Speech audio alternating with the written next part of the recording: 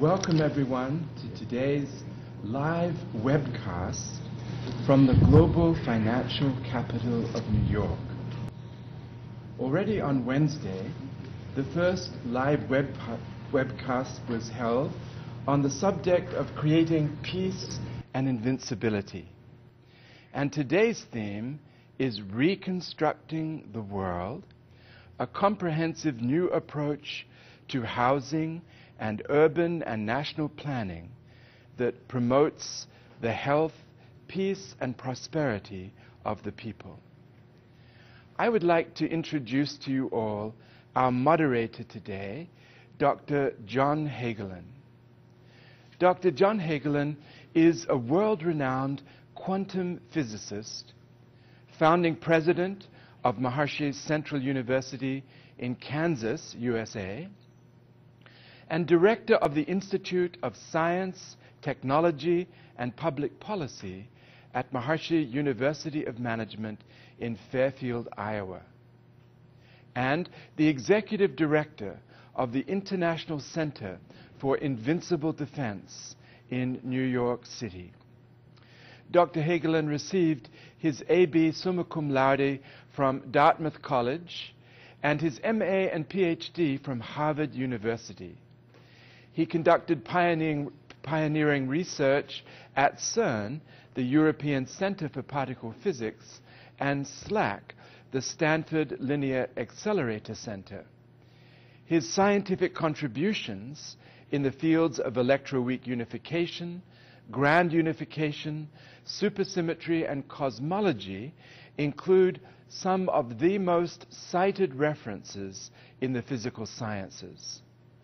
He is also responsible for the development of a highly successful grand unified field theory based on the superstring. Dr. Hagelin is therefore at the pinnacle of achievement among the elite cadre of physicists in the world today who have fulfilled Einstein's dream of a theory of everything through their mathematical formulations of the unified field, the most advanced scientific knowledge of our time. However, Dr. Hagelin is unique among scientists in being the first to apply this most advanced knowledge for the practical benefit of mankind.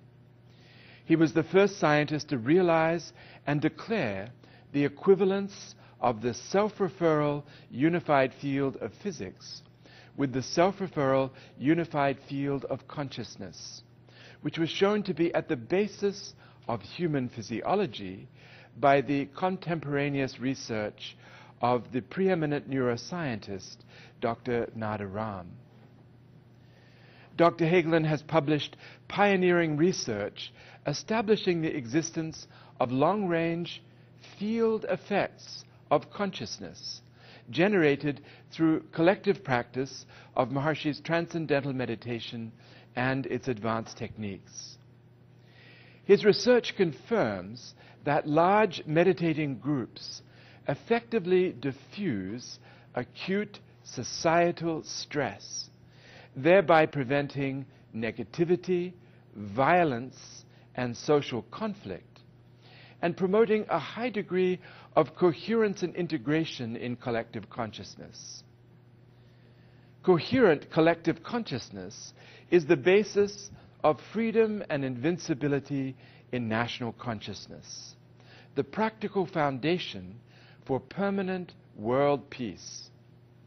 In recognition of his outstanding achievements, Dr. Hagelin was named winner of the prestigious Kilby Award in 1992, which recognizes scientists who have made major contributions to society through their applied research in the field of science and technology.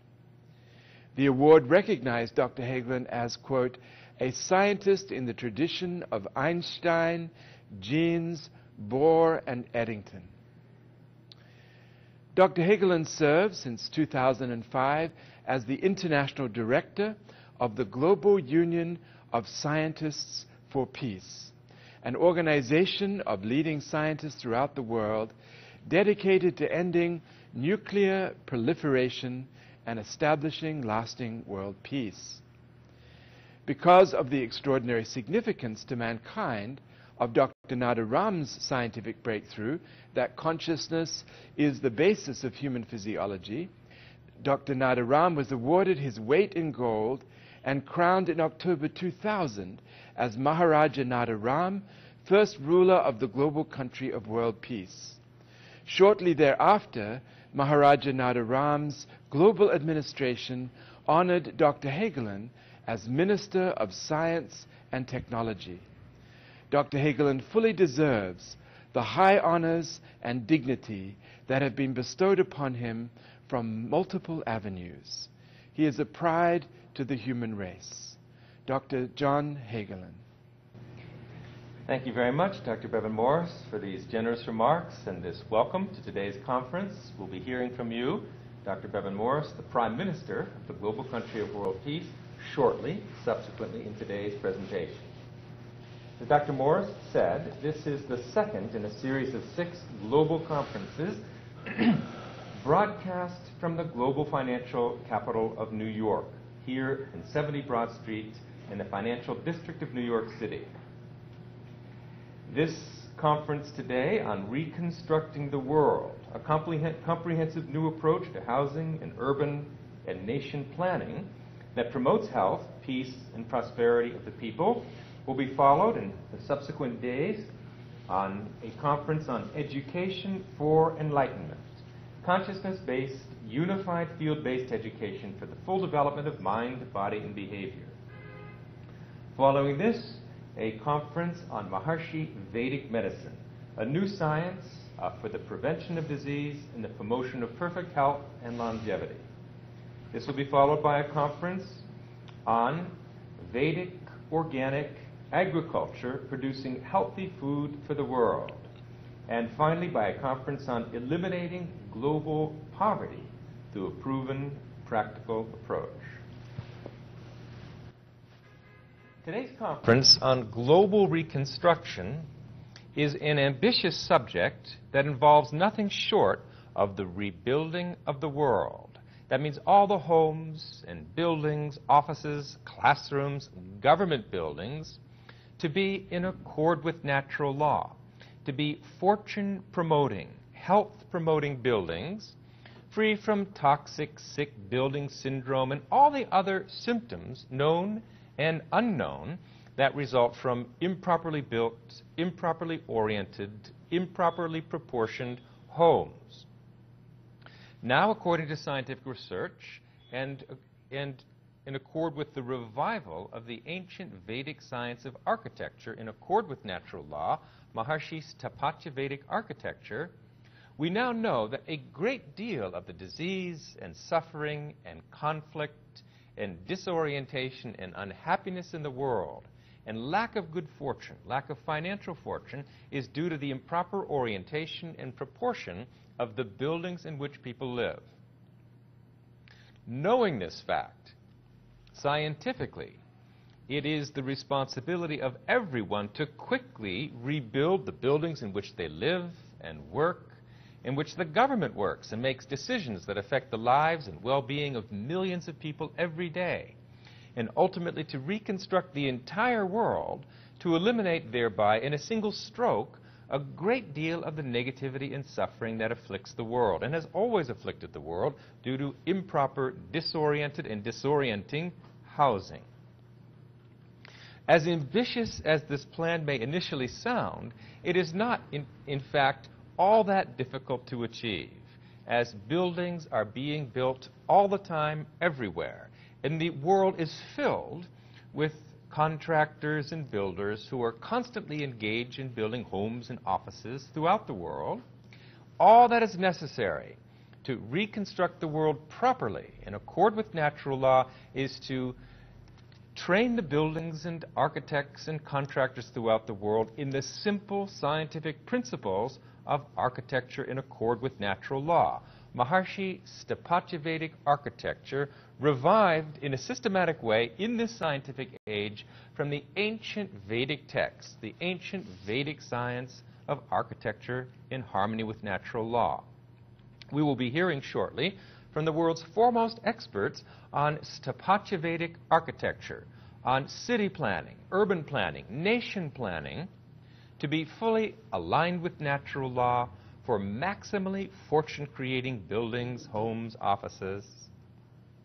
And just prior to hearing to these greatest experts with the most extensive field experience and scientific research on the practices and benefits of Maharshi Sthapatya-Vedic architecture, let me just outline a few principles that illuminate what architecture in accord with natural law fundamentally is, what it means to have a building aligned with natural law, based upon the architecture of the universe. And we can understand this very simply, I think, based on the latest discoveries of modern science about the structure of the universe and its unified source in the unified field. For the past 20 years, modern science has been rapidly exploring more fundamental levels of intelligence in nature, exploring the world of physics at the atomic and nuclear and subnuclear levels, culminating, as this chart shows, in the discovery of the unified field, the unified source of the diversified universe. This unified field is the fountainhead of all the laws of nature governing the universe, the unified source of the particles and forces that fill the universe. And as this chart shows, from this unified foundation, all the laws of nature sequentially emerge through a systematic process called spontaneous symmetry breaking, through which increasingly diversified forces of nature, gravity, the nuclear force, the radioactive force, the electromagnetic force, sequentially unfold. And from there, all the atomic nuclei, atoms, molecules, macroscopic physics, and as we'll see, the architecture of the universe itself. So the architecture of the universe, the structure of the laws of nature, and the structure of the galaxies and stars throughout the universe have a common source, a universal blueprint in the constitution of the universe. Constitution of the universe is the unified field and its self-interacting dynamics, the foundational level of nature's functioning. From this foundational level of unity interacting with itself, all of diversity sequentially unfolds. And when we understand the architecture of the unified field, the structure of the constitution of the universe, we'll understand the blueprint of the universe, and we'll have a pattern upon which all the buildings of our world can be constructed to be in harmony with natural law. So let's just very, very quickly take a look at this, and we'll see that architecture in accord with natural law, Maharshi Sthapatya-Vedic architecture, has a firm foundation in the fundamental dynamics of nature itself, that it is based upon the architecture, upon the blueprint of the universe. So this unified field that was shown in this chart has a precise mathematical structure, as can be seen here. This formula at the top of this page is called the Lagrangian of the superstring, the most compact formula that describes the self-interacting dynamics of unity at the basis of the diversity of the laws of nature. From this one simple expression at the top of this chart, all subsequent expressions of physics, chemistry, physiology sequentially unfold, as is shown in this chart with the emergence of the Lagrangian of the n=1 locally supersymmetric grand unified field theory, the first stage of emergence of the diversified universe from the fundamental field of unity. So if we look to the structure of the unified field shown here, we'll see that this self-interacting dynamics of unity has its own unmanifest, highly compact structure of self-interaction, the structure or symmetries of the unified field. The mathematics of the unified field, shown again here in this Lagrangian or formula, has certain manifest symmetries associated with it. E8 cross E8 internal gauge symmetry, what is called super-Poincare invariance, supersymmetry, duality. These are all the symmetries or internal relationships of the unified components of the superstring. The most important of these is E8 cross E8. E8 cross E8 simply describes the mathematical relationships of the eightfold divided nature of unity. The so-called 8 vibrational modes of the string, which come in both bosonic and fermionic forms. These 8 fundamental vibrational degrees of freedom of the unified field stand in precise relationship to each other, and it's this fundamental relationship of the 8 within the 1 that is at the basis of all relationships in the universe. Let's just take a quick look at what this E8 symmetry means, and we'll see that it is an extraordinary symmetry of self-interaction. All possible ways in which these 8 fundamentals of the unified field can be transformed into each other and stand in precise mathematical relationship to each other. So this fundamental symmetry or structure or architecture of the unified field really does constitute the blueprint of the universe, again, as we will soon see. It's the internal architecture of the constitution of the universe. Technically speaking, this is a graph of what's called the E8 root system, comprising 240 vertices or vectors. And what we're seeing on the screen is just a 2-dimensional projection of this 8-dimensional structure called a Gaussian polytope 421.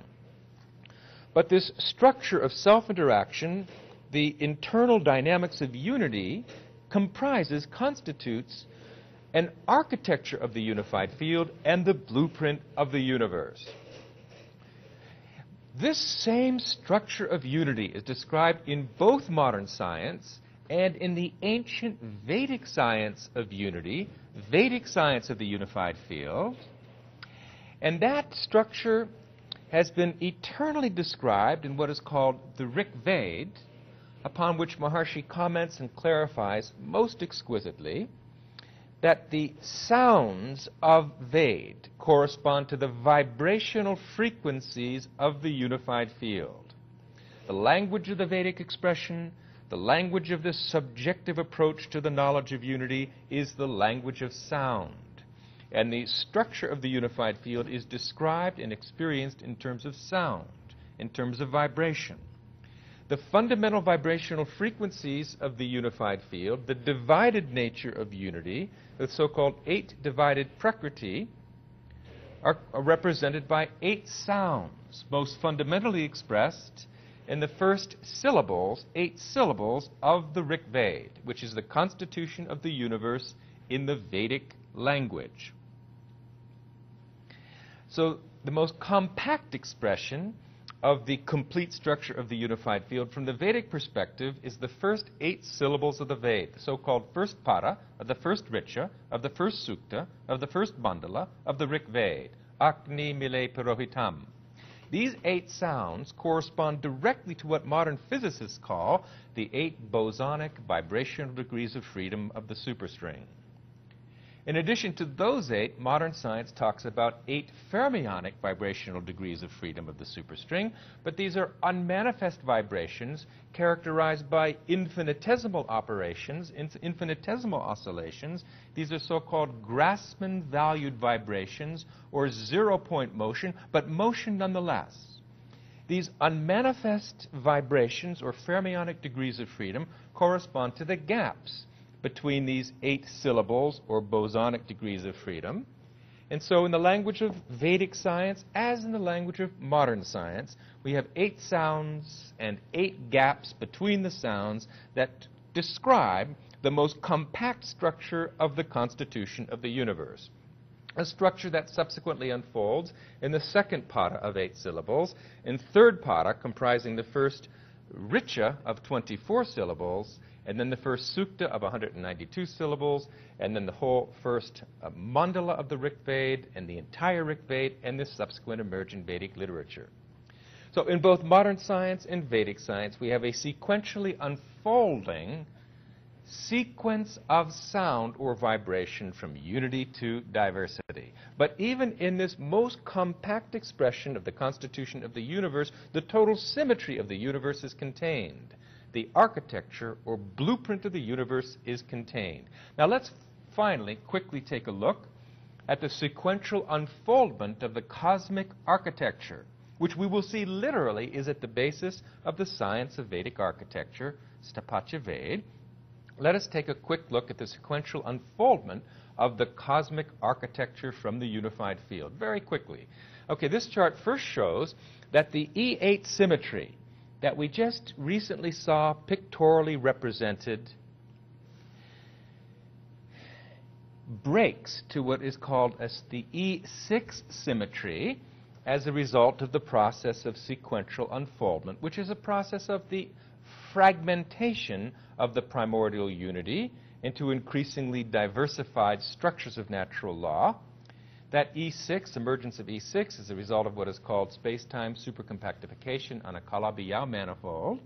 And from E6, the so-called grand unified internal gauge symmetry, subsequent stages of symmetry breaking take place, leading to the separate, strong, weak, and electromagnetic forces described by the architecture, described by the symmetries, SU3 cross SU2 cross U1. So, what we have in the world today, in the extant universe, is the separate, strong, weak, and electromagnetic forces. But the symmetries that describe those fundamental forces are all grounded in the unified field. They're all just partial expressions of the fundamental E8 symmetry. So how does this fundamental architecture of the constitution of the universe express itself in the particles and forces at manifest space-time scales? I'll just show you a few quick pictures of the architecture of the universe expressed at the level of elementary particles. This first chart shows that the elementary particles that emerge in the universe from the unified field are not chaotic or random in any sense. That all the fundamental particles and forces of nature stand in precise mathematical relationships to each other, as evidenced by these geometric structures which arise when you take the elementary particles and simply plot them according to their electric charge on the horizontal axis and strangeness on the vertical axis. And you'll see that the particles like the proton and the neutron and the sigmas and the cascades, all the elementary particles fall into these highly geometrical shapes, all of which are representative of, all of which are merely fragments of, the total architecture of the universe, the architecture of the constitution of the universe, E8, which we subsequently saw. And similarly, the so-called meson octet, the kaons and pions, similarly fall into these highly geometric families that are reflections of the primordial symmetry of the unified field. The so-called baryon decamet, all the baryons, massive baryons, fall into this highly symmetrical family of 10, which also reflect the fundamental symmetry of 8, and so forth. So that's on the level of elementary particles. The geometry or architecture of the universe is based upon the architecture of the unified field, which is Veda, the constitution of the universe. On the level of human physiology now, we can quickly show that the structure of the human body, the structure of the human DNA, the structure of the human nervous system is patterned, again, on the constitution of the universe. The architecture of the unified field is mirrored in the architecture of human physiology. And this was most dramatically demonstrated in the groundbreaking discovery of Maharaja Nararam, who showed that the human physiology was made of Veda, made of consciousness, and reflected precisely the fundamental structure of unity of the constitution of the universe. That human physiology is an expression of Veda. So this picture shows that explicitly in the case of the central nervous system, but these symmetries are found throughout the human body. This chart shows the 64 plus 64 plus 64 nerve endings, or ascending and descending reticular formations of the human nervous system, central nervous system. These are the gateways to consciousness. And this 64 structure times 3, 192, precisely mirrors again the structure of the unified field. The symmetries of the constitution of the universe are also reflected in the structure of the Veda. In particular, the 192 syllables of the first sukta of the Veda are precisely reflected in the human nervous system. So here we have the architecture of the universe, the architecture of total natural law, not only reflected in the world of the elementary particles and forces, but also reflected in the human body. Finally, the same architecture of the unified field, this blueprint of the universe, is similarly reflected in the world around us, in the geometry of our world, in the structure and geometry of our planet and the sun and the solar system.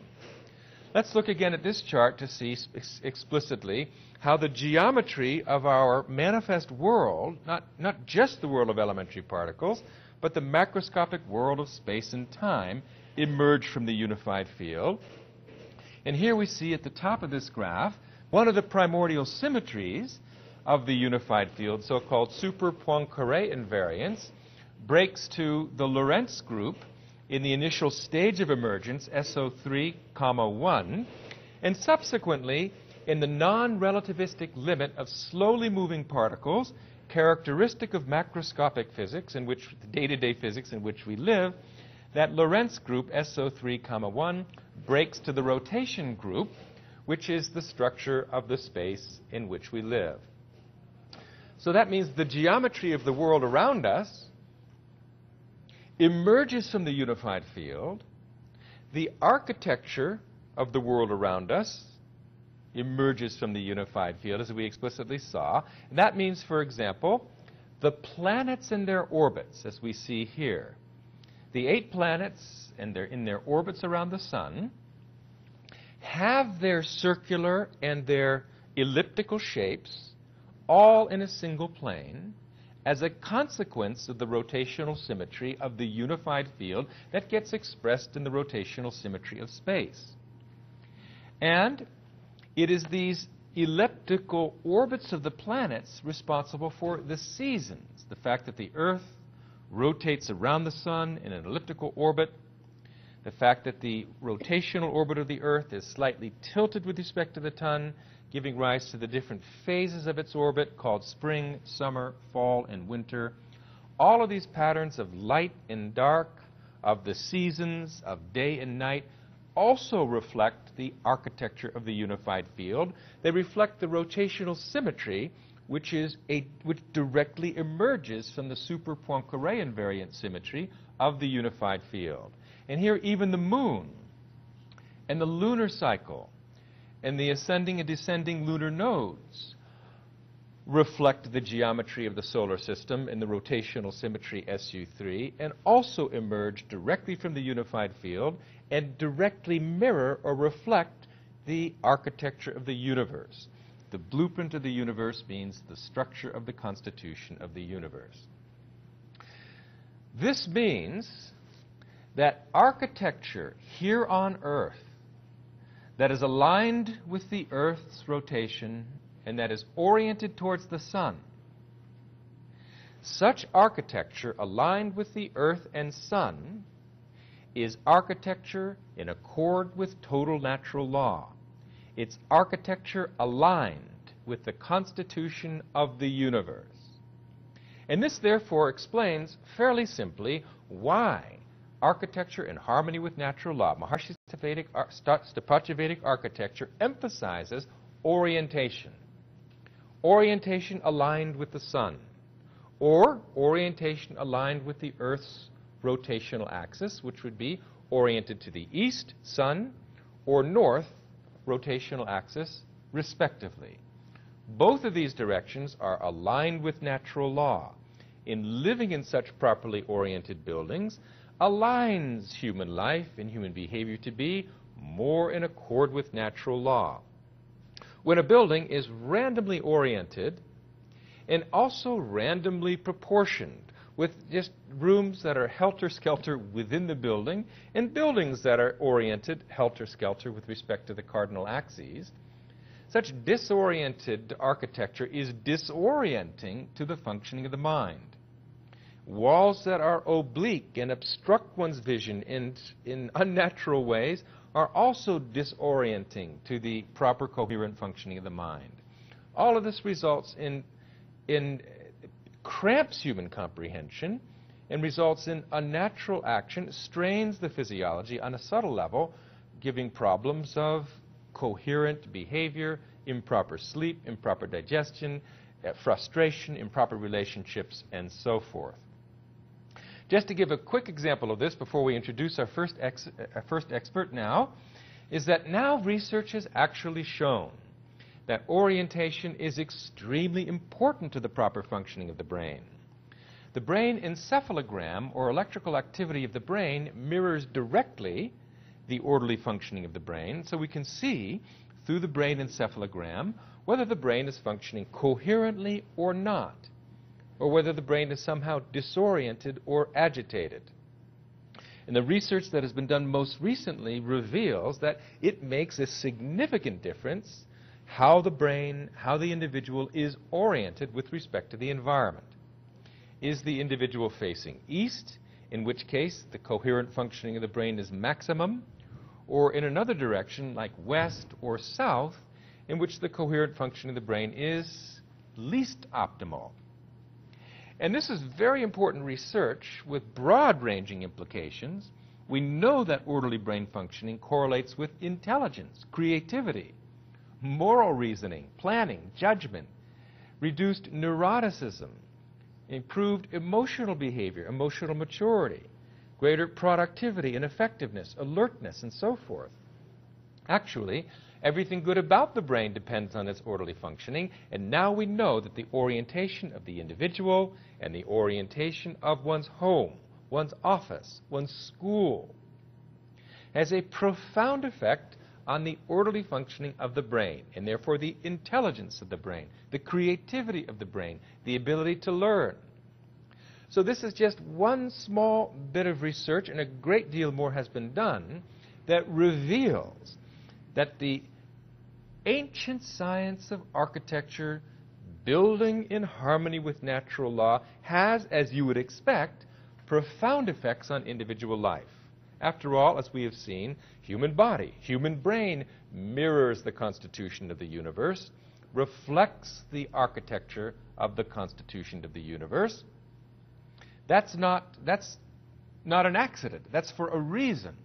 That's because that brings the greatest effectiveness, intelligence, creativity of the human being, as built, as designed by the Creator in accord with natural law. Similarly, therefore, our buildings, our physical environment, the orientation of our cities should similarly be life-supporting, aligned with natural law. And now, finally, on the basis of modern research, we know that the ancient wisdom of building in harmony with natural law is of crucial importance to health, productivity, happiness, good fortune. And that is the basis of the Vedic science of architecture and the reconstruction of the world that will be described by our speakers now. Perhaps we can realize more easily now the importance of living in a proper home for health, for productivity, for harmony among the inhabitants, for good fortune, maximum productivity, and effectiveness in life, and we can therefore imagine the importance to the world, and to governments perhaps in particular, who are responsible for the welfare of the world, for having buildings in harmony with natural law, buildings designed in accord with the architecture of the universe, which is the eternal self-interacting dynamics of unity, the structure of the constitution of the universe as revealed by both the superstring theories of modern physics, as we've seen, and the ancient Vedic science of unity, and the mechanics of the emergence of diversity, which is the Vedic science revived in a systematic way in the scientific age by Maharshi Mahesh Yogi, world's foremost scientist of consciousness and foremost Vedic scholar, who has revived the Vedic wisdom in its completeness with all of its technologies and practical applications, the basis for all of these conferences on global reconstruction, on national defense and invincibility, on ideal health for the individual and society, on education for total brain development. All these fields of application for the transformation of civilization are the direct application of the Vedic science of unity, corroborated today by modern science, but the Vedic science brings with that intellectual knowledge the practical technologies and proven programs to really profoundly impact and transform the life of every individual on earth and as we'll see today, to transform the welfare of the entire world. The first of our speakers is the world's greatest expert in this science of building in harmony with natural law, and that is Dr. Heike Hartmann, the Minister of Global Reconstruction of the global country of world peace, who is connected to us right now via teleconference. Dr. Heike Hartmann directs building construction in city and nation planning projects in more than 100 countries throughout the world today, and is the trusted representative of Maharaja Nadaram, first ruler of the global country of world peace, to rebuild the world because he has the most experience, greatest wisdom, and most profound knowledge of architecture inspired by Maharshi in the revival of the Vedic wisdom, and has therefore the capability literally to direct the reconstruction of the entire world. So please welcome now and listen carefully to the words of Dr. Heike Hartmann, Minister of Global Reconstruction of the global country of world peace. Jai Gurudev. Dr. Hartmann. Jai Gurudev.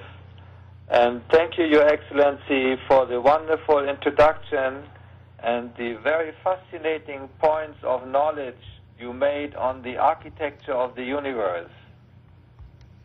Vedic architecture is architecture in harmony with natural law, and it is one of the life-transforming Vedic sciences which Maharishi Mahesh Yogi has re-enlivened and brought to light again from the ancient Vedic literature.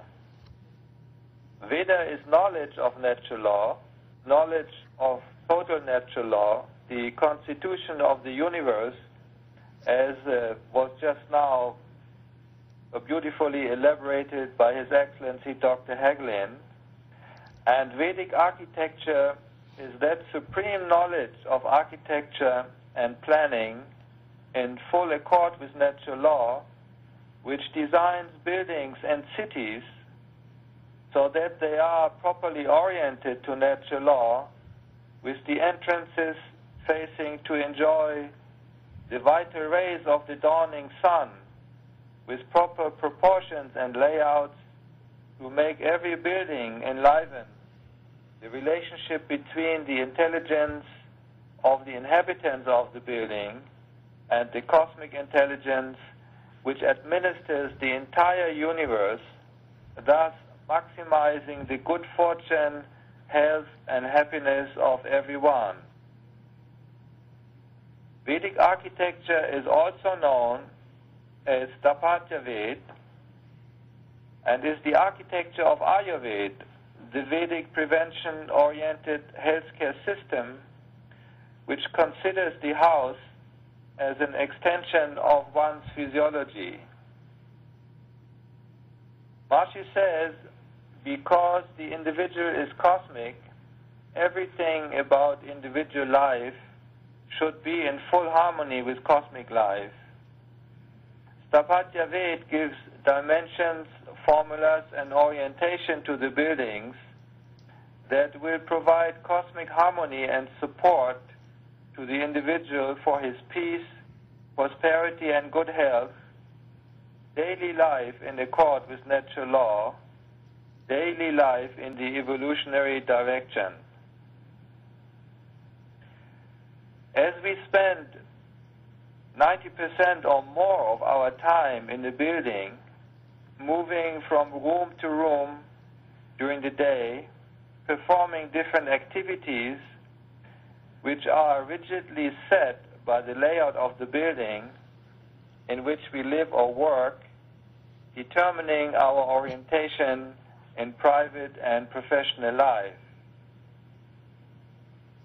In his life-transforming research, Maharaja Nadaram has found that the architecture of human physiology has a one-to-one relationship to our cosmic counterparts, the sun, moon, and planets and stars. And as you explained, he also found that our brain is highly sensitive to orientation, position, and direction in space. This research has shown that the firing patterns of neurons in the thalamus of the brain are altered by the direction one is facing. When one is facing east, the brain physiology functions differently and much more coherently facing north, south, or west. It means that the power of thought and the quality of thought depends upon the direction one is facing, and that one's sense of direction gets confused in daily life when one lives in a building with wrong orientation, resulting in all kinds of physiological, psychological, and behavioral imbalances.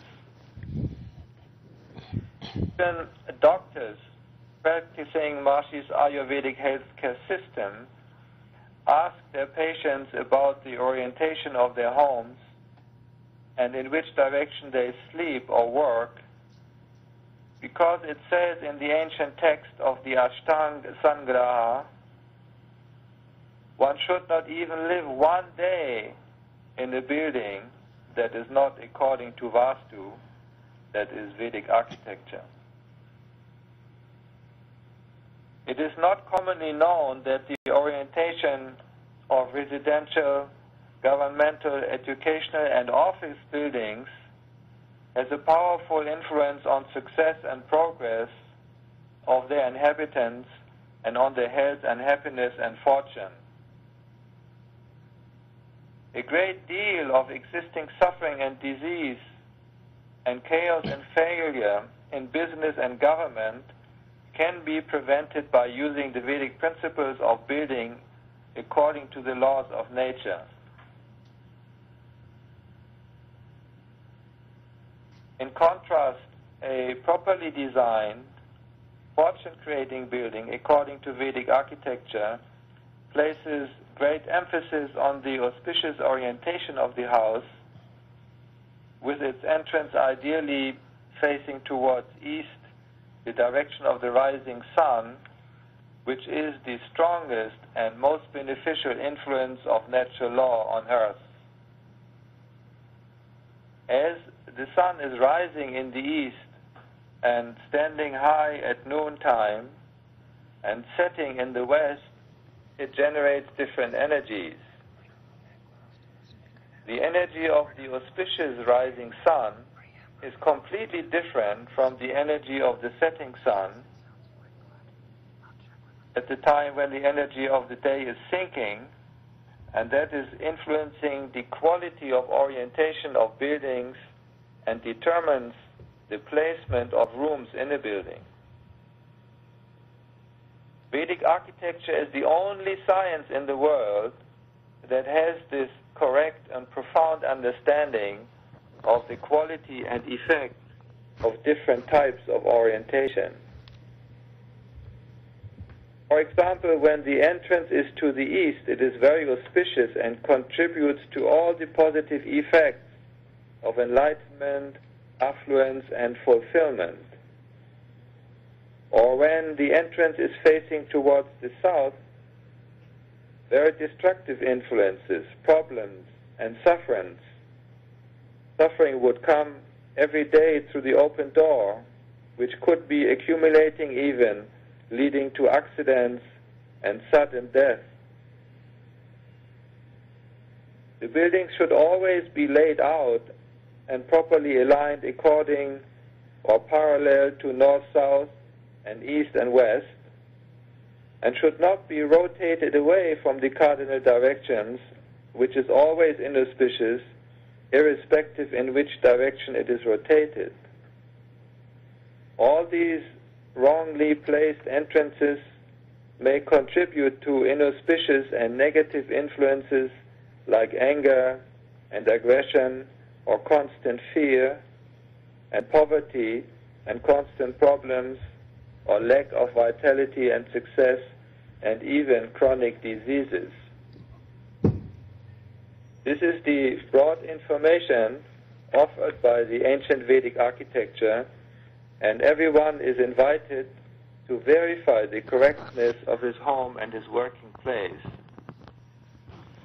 This chart, this diagram that we are showing, is very basic for the health and happiness of everyone, and it could perhaps be printed out and be made available to all distinguished members of the assembly. These inauspicious influences produced by wrong orientation of buildings in the city result in subtle violations of natural law, which accumulate day after day, year after year, and cause a cloud of social stress hovering over the city, which will eventually break, releasing the destructive forces of nature, which could manifest in natural catastrophes like earthquakes, hurricanes, or spreading epidemics.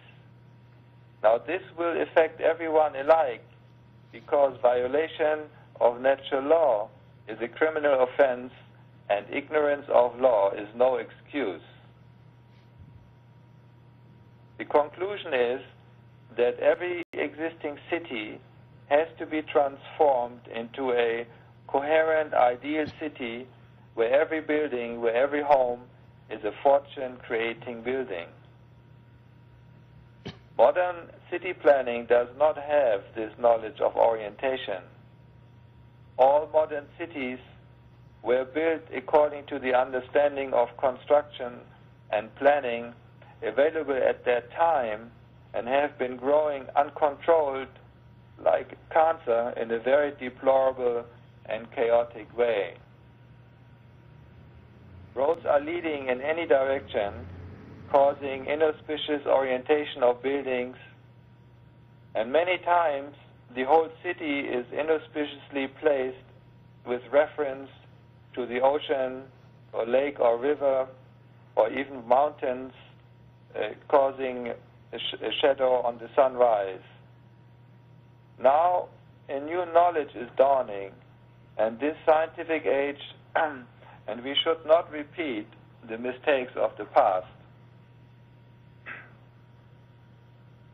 We have studied and evaluated the vast parameters of modern cities like London, Paris, Washington, New York, and Moscow, and Rome, Brussels, and Berlin, and found that in all these contemporary cities, roads are basically running in any direction, creating topsy-turvy orientation of houses, which leads to chaos, problems, crime, and violation of natural law in individual life and in society as a whole.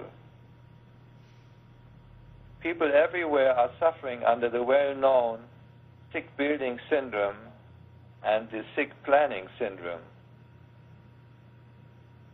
Therefore, all these cities have to be reconstructed either in the same place or at another, more auspicious location. The city could even be reconstructed or transformed in phases, as we are showing here on this slide. Especially government buildings where the destiny of the nation is being decided have to be structured according to natural law, else the building itself creates so many unnecessary obstacles to the success of the administration, including conflicts, delays, loss of prosperity, and other problems.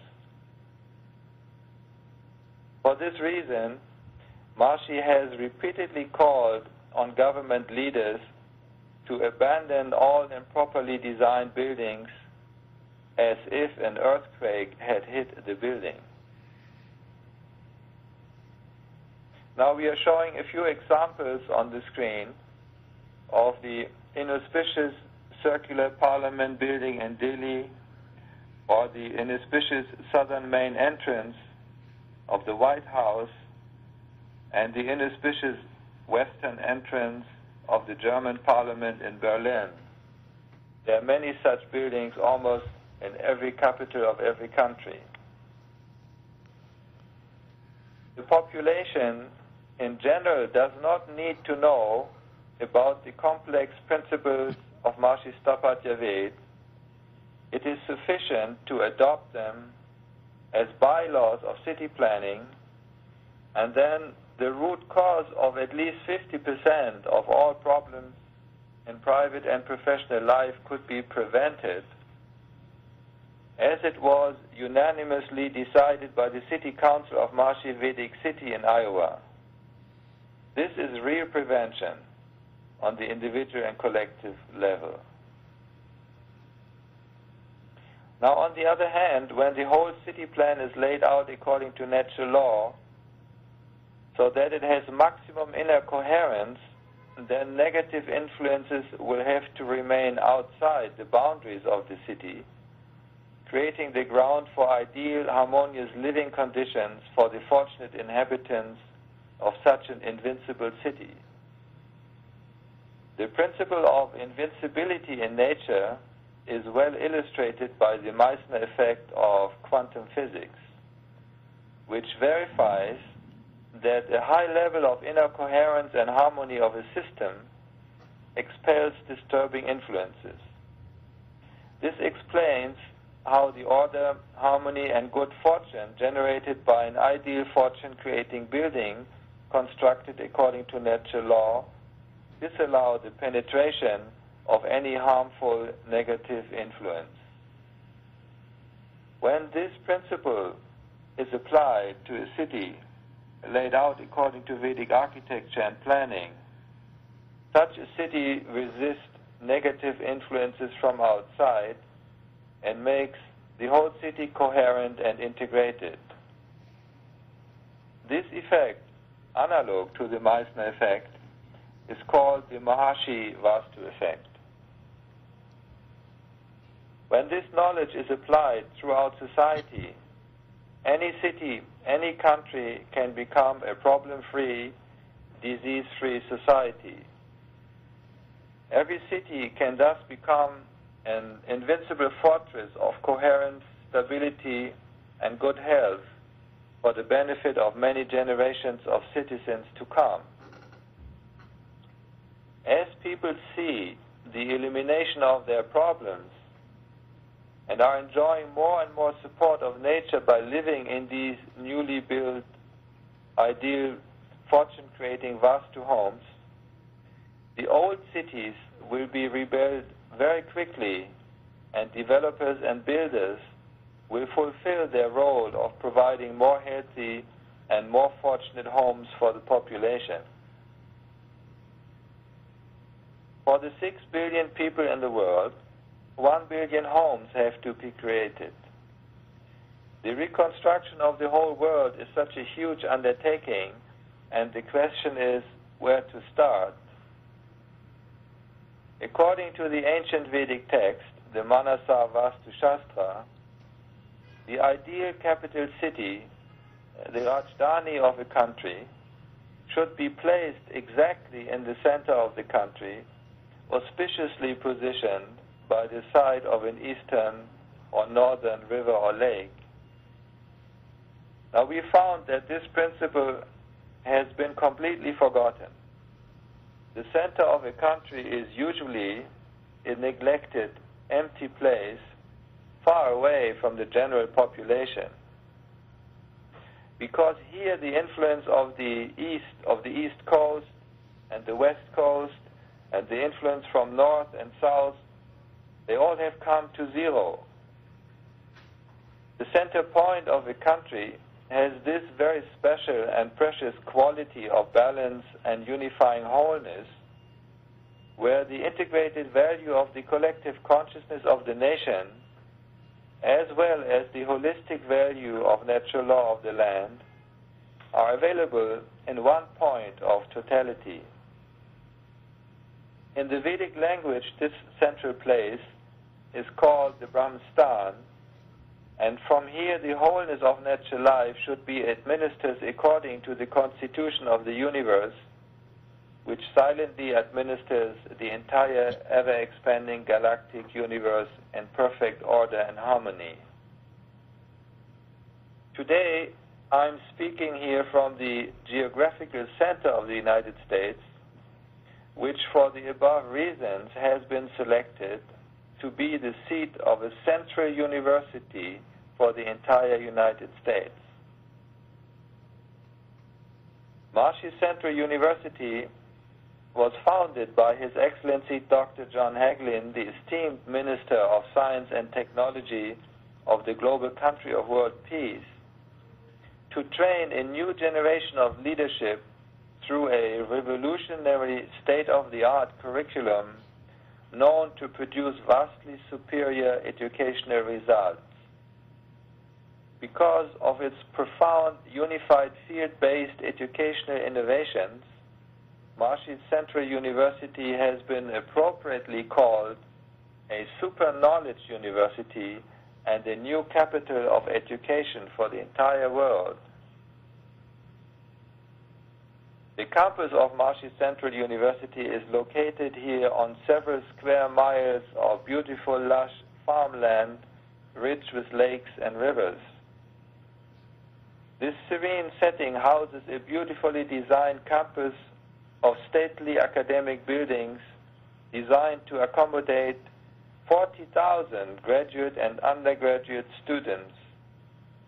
Each state of the 50 states of the United States is represented by a state college with 4 campuses of 200 students each, 1 campus for each year of the college curriculum, and each one complete with its own living, dining, instructional, and recreational facilities. Marshy Central University will accept and train only the very top students from America and from every nation, the future leaders of the world. Every aspect of Marshy Central University is carefully designed to create the highest possible quality of life and an ideal learning environment.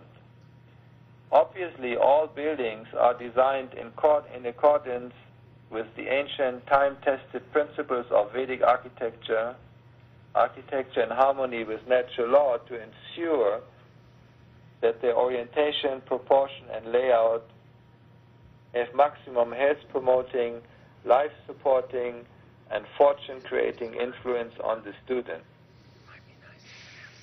This university will soon become a global network of elite universities similarly built in the Brahmastan of every country, and will be honored as the pinnacle of education in every nation. Now, as the Marshy Central University is being established in the center of the United States to be the Central University of Total Knowledge in the Western Hemisphere, similarly and directly opposite on the Eastern Hemisphere, in the center of India, the administrative capital of world peace is being built. It is the home of about 16,000 Vedic Pandits who will enliven total natural law through their daily practice and performance of Vedic recitation and yagyas, so that in a very short time, from this one place on earth, the whole mankind will be blessed with the effect of higher intelligence, which will not allow any type of lower intelligence to overshadow the world with negative trends, crime, and war. So in short, these are the starting points of our global reconstruction program in the East and in the West and in the Brahmastan of every country. It is still phase 1 of construction, as we are focusing on global educational facilities, invincibility schools and colleges in every country, peace palaces and fortune-creating peace colonies in the vicinity of every larger city, Vedic health centers and Vedic medical colleges, and also to properly house the refined physiology of the large groups of coherence-creating experts on the Eastern and Western Hemisphere. We have not yet started massive public awareness campaigns to announce the need for the reconstruction and transformation of every city based on the auspicious and inauspicious effects of orientation of buildings, replacing all the inauspicious misfortune-creating buildings with auspicious, fortune-creating vastu buildings. On the other hand, hearing of the benefits by words of mouth, many people have requested and received consultation and architectural plans to build private fortune-creating homes, resulting in the construction of quite a large number of homes in different countries, representing an estimated value of more than $500 million, $500 million in construction. Now, to summarize, heads of state, governors, and national leaders need to redesign and rebuild the whole country according to natural law, to bring the support of natural law, health, wealth, and happiness to the whole population, generation after generation. Maharishi says, when the nation utilizes Vedic architecture and city planning in accord with natural law to structure buildings and cities that maximize happiness, health, and fortune, the government will be delighted to see that a peaceful, problem-free character is rising in the whole country. The government will find that not only has the quality of building and city design been transformed, but the whole character of national life is rising in peace and harmony with natural law, and other problems also are not appearing in national life. This will mean the government has achieved a new level of efficiency in administration and fulfilled the ideal for every government, a prevention-oriented and problem-free administration. We are fortunate to be witnessing a period of very great transformation of life on earth, which is hastened and engineered by ancient Vedic technologies brought to light by Maharishi in his lifelong effort to eliminate human suffering, bringing the most exalted values of permanent peace, happiness, and fortune to every man and to every home on earth. All glory to Gurudev. Jai Gurudev. Jai Gurudev. Thank you very much, Your Excellency, for your exquisite presentation.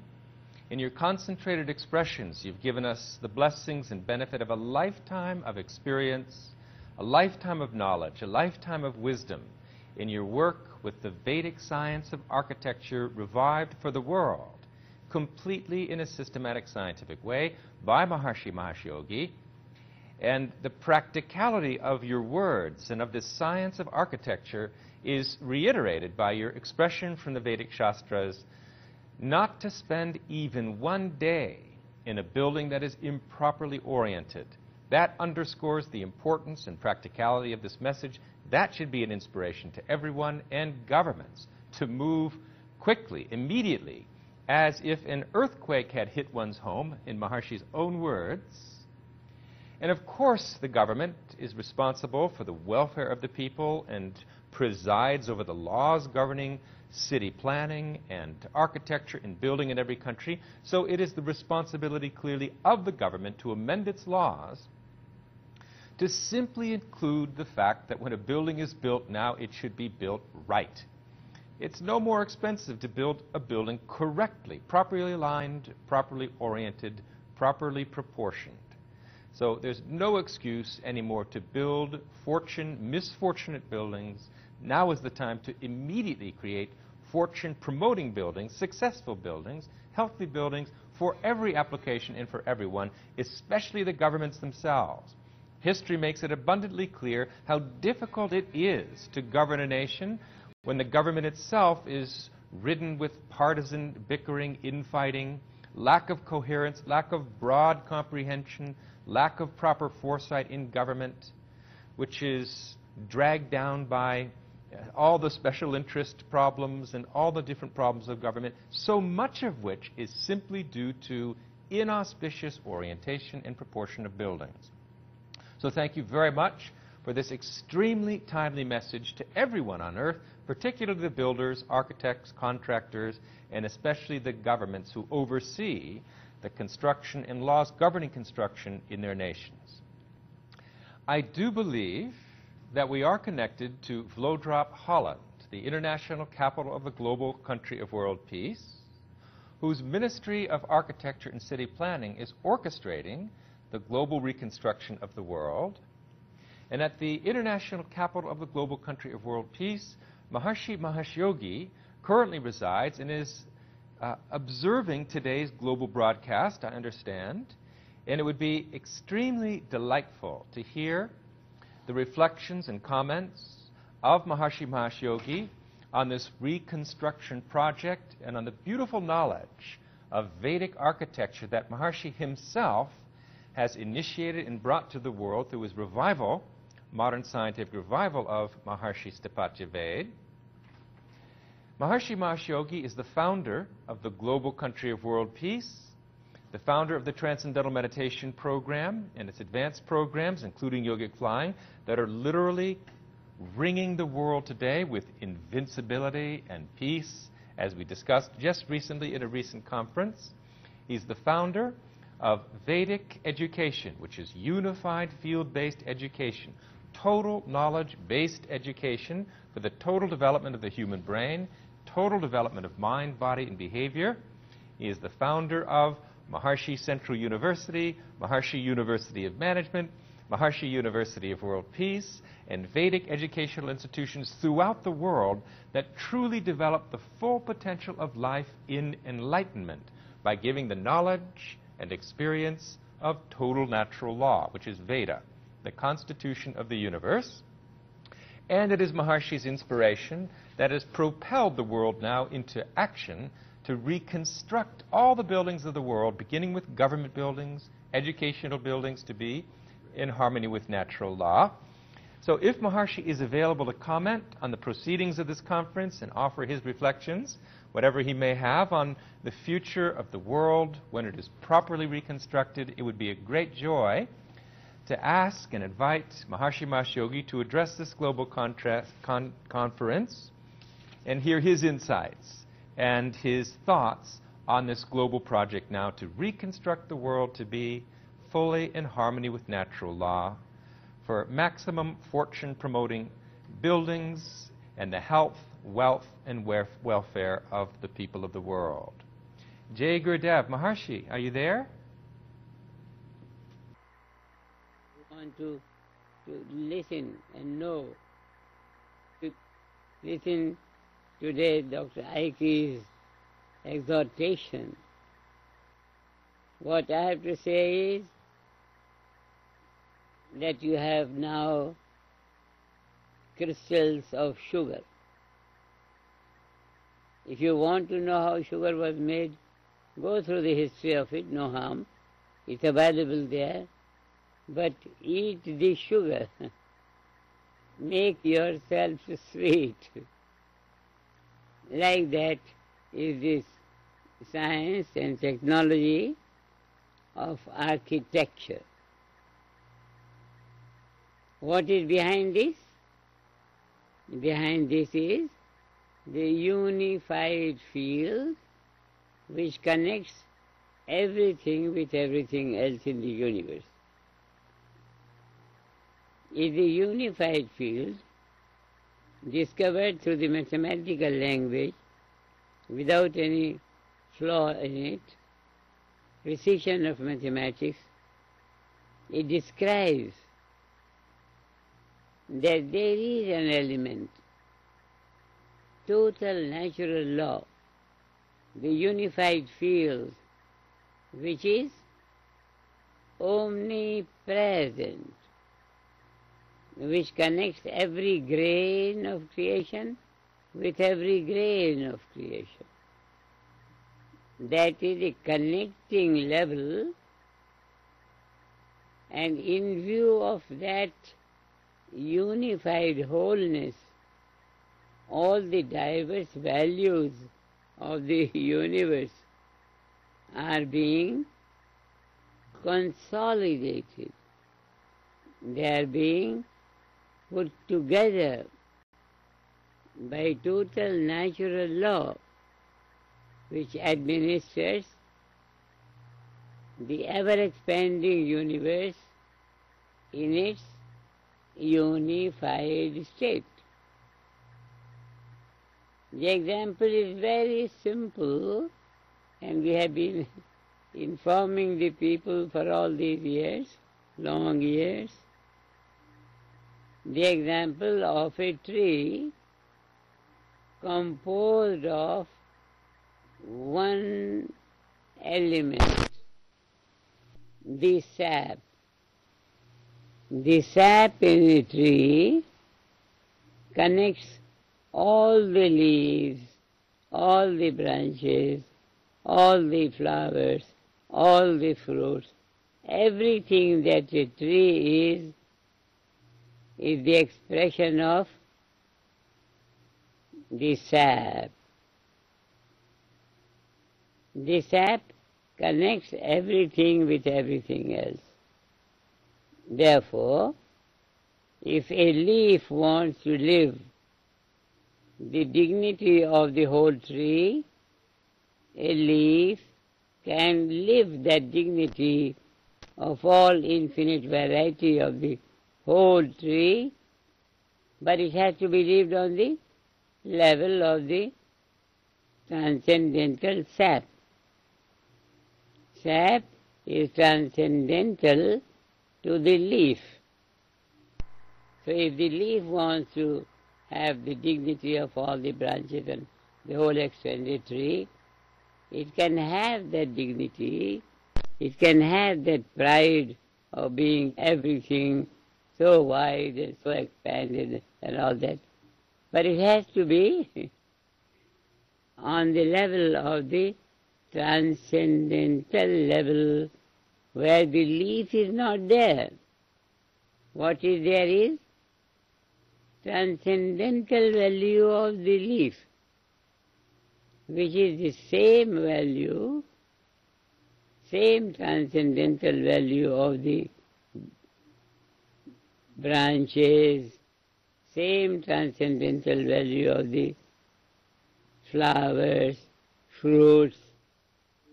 One area, transcendental, that means out of the limitations of space and time. From that level, unified wholeness is a living reality of everything and anything that is there in creation. The whole reality is obvious with this example of a sap and a tree. The same thing has been now described to us by Dr. Hagelin in such beautiful, simple, arithmetical equations, geometrical equations.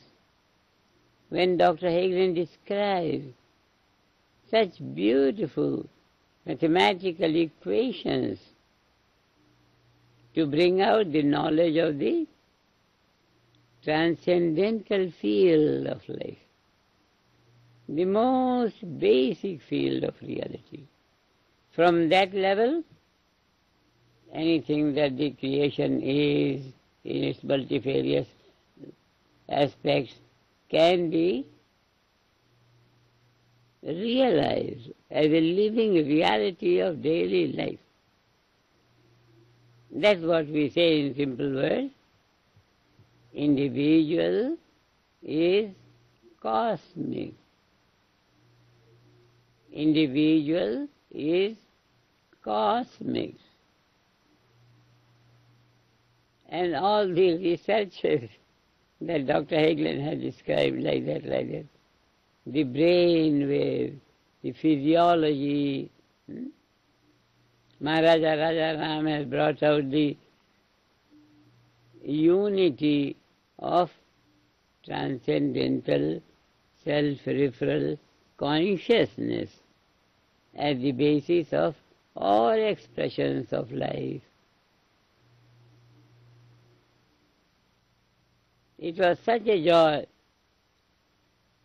to have weighed the physiology of Rajaram in gold a few years ago. And it was such a joy to have crowned him to be the first ruler of the global country of world peace. The universe is a global country of world peace. Universe is a global country of world peace. And he is today managing his transcendental field of consciousness. From there, silently, quietly, functioning within himself. He is functioning on the level of the constitution of the universe. Functioning on the constitution of the universe. Self-referral. Like the hollowness of a banyan seed, hollowness. It's hollow. What is in that hollowness? Obviously, nothingness. It's a big, huge emptiness. It's zero.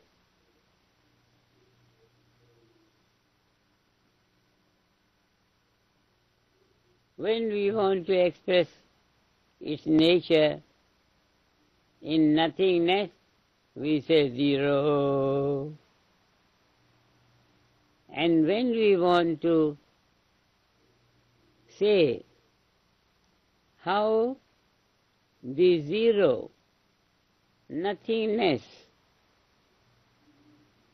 is the basis of the expressions of the so many branches, so many leaves, so many flowers, so many fruits in a tree. All the multifarious space-time bound realities of different aspects of the tree come out of that nothingness functioning within itself. How nothingness functions itself? Because that nothingness, though unmanifest, is not inertia. It is intelligence. It is consciousness. It is self-referral consciousness. What do we mean when we say self-referral? Self-referral is a circular self-referral is a circular motion, a motion, a circular motion that is always touching the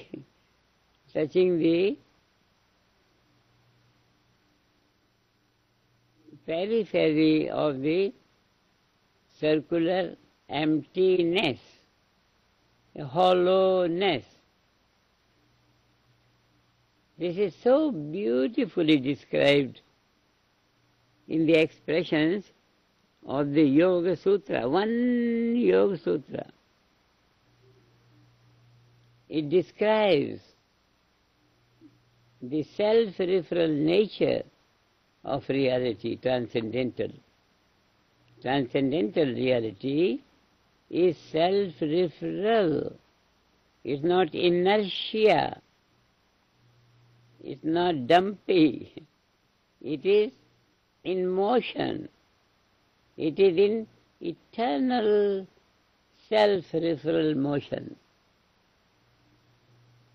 That is the nature of memory.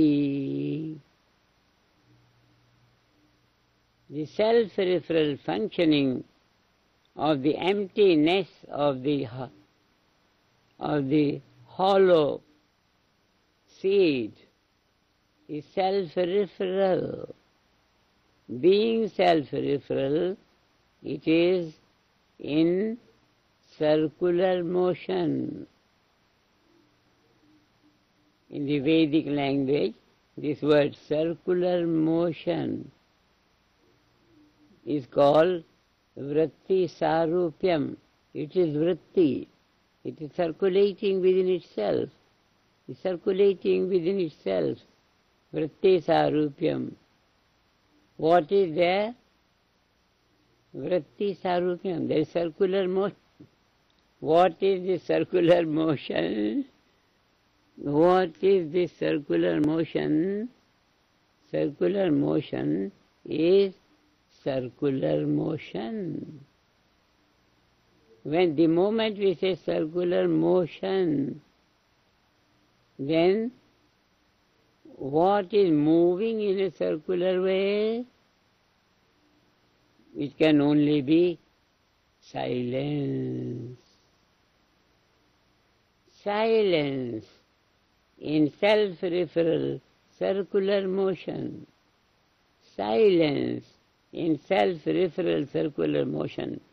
I was very happy to have, when I heard Dr. Hagelin describe the 8 fundamental values of creation.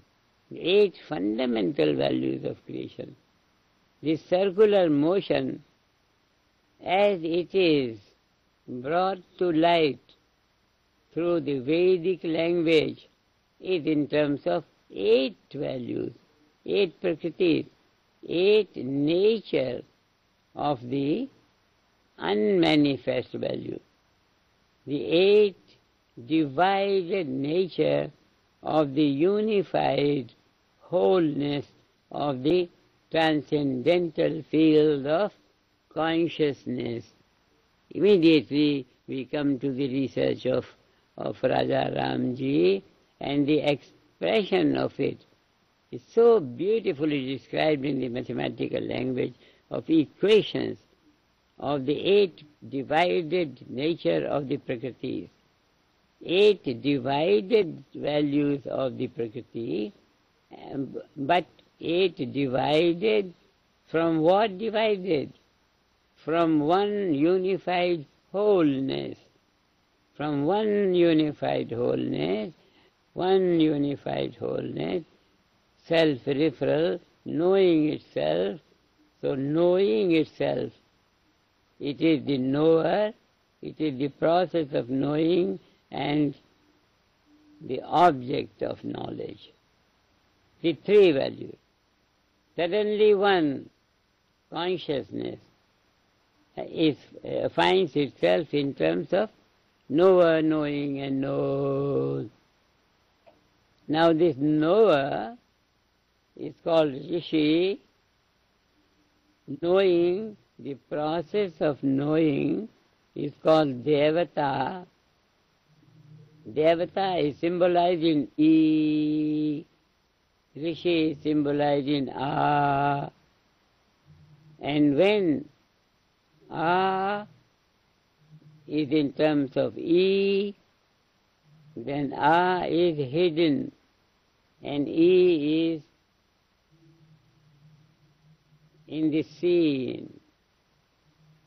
When E is in the scene, then A is hidden. So appearance of E is simultaneously hiding process of A. So this hiding process of A, either E is hidden in A or A is hidden in E. So this hiding process is expressed by the syllable U. So there is A, there is E, there is U. A, E, U, all within A. When we say ah, it's a flow. It's a flow. So flow in ah is E, and the moment E comes out, there is the presence of U. U comes out. And ah, E, U, this I am describing just what Dr. Hagelin has described, 8 fundamental realities qualifying wholeness of unity. This is the unified wholeness. It is the unified wholeness that is being analyzed. This is science of totality, science of unified field, that there is symbolic in A, E, U, and all the three, they are united. When all the three are united, when all the three syllables A, E, U are unified, then their unified expression is in terms of the word R. R is a word where you can't make out anything out of it. Point, point, point, point, point. When A, E, U are united, they are in a unified state, and then the combined syllable of it is not in terms of A, not in terms of E, not in terms of U. None of these three are locatable in that unified wholeness of the three. That is the fourth. And the fourth composition is point, point, point, point, point. This point, point, point, point, point. In terms of a word, in terms of a syllable, is R. So A, E, U, in their natural togetherness, have a syllable to express the unity of the three in terms of R. This is the composition, this is the breakdown of the total natural law. So from R, Rigved, from Rigved, Samved, Yajurved, Atharved, the whole Vedic literature, all these Smritis, Puran and all that. The whole structuring dynamics of the creation. How from unity diversity comes out. Look at the perfection of science here. Scientific investigation demands that no aspect of approach could be left out, and no aspect of it could be left out of consideration. What do we mean by that? There is a language which is in terms of flow. Language, I am speaking, we hear the Vedas being recited by the Vedic Pandits. What the Vedic Pandits do?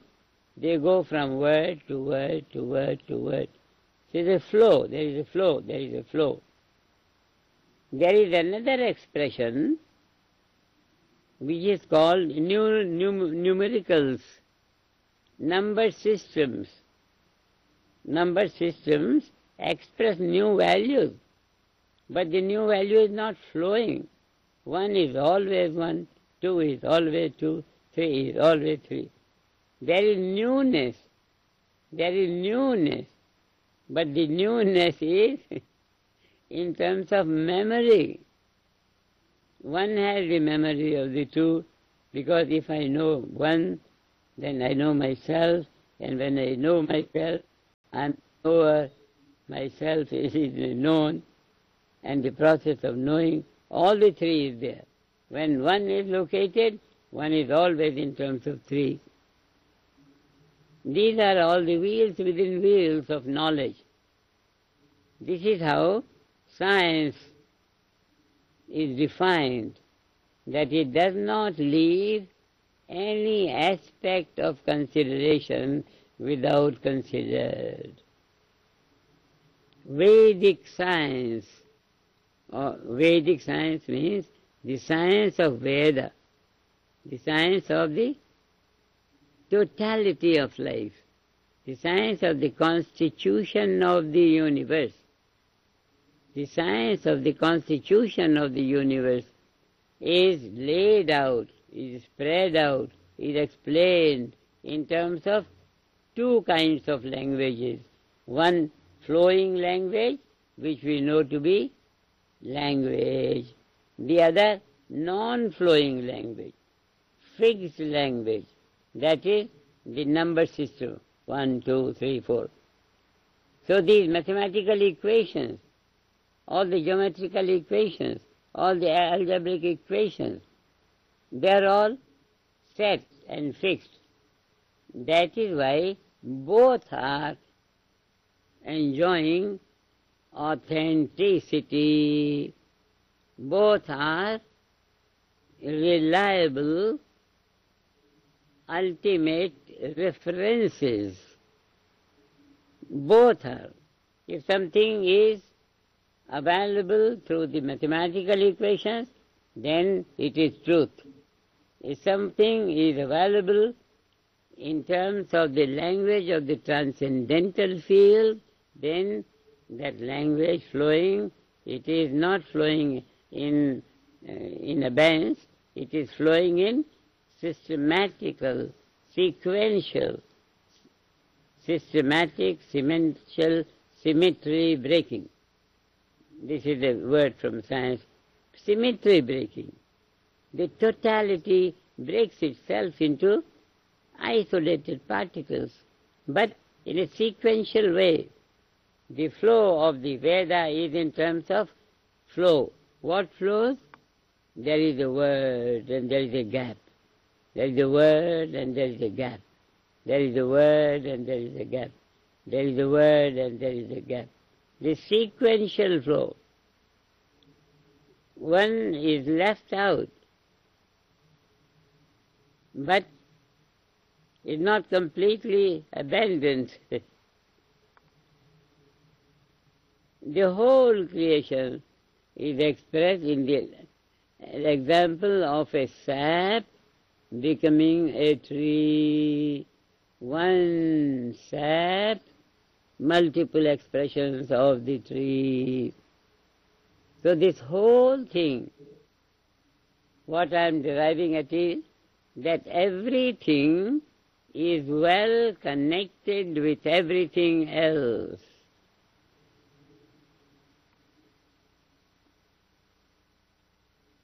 The derivation of this principle is that the house in which we live is well connected with those who live in the house, and it's inside. It is also well connected with the environment, with further away environment, with the sun and the moon and the galaxies and stars, with the whole universe. The house is not an accident. The house has its connectedness with everyone who lives inside it and who is outside it.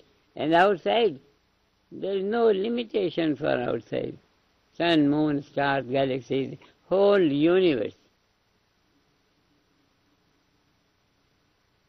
Well measured house is, in short we say, fortune creating home. And haphazard,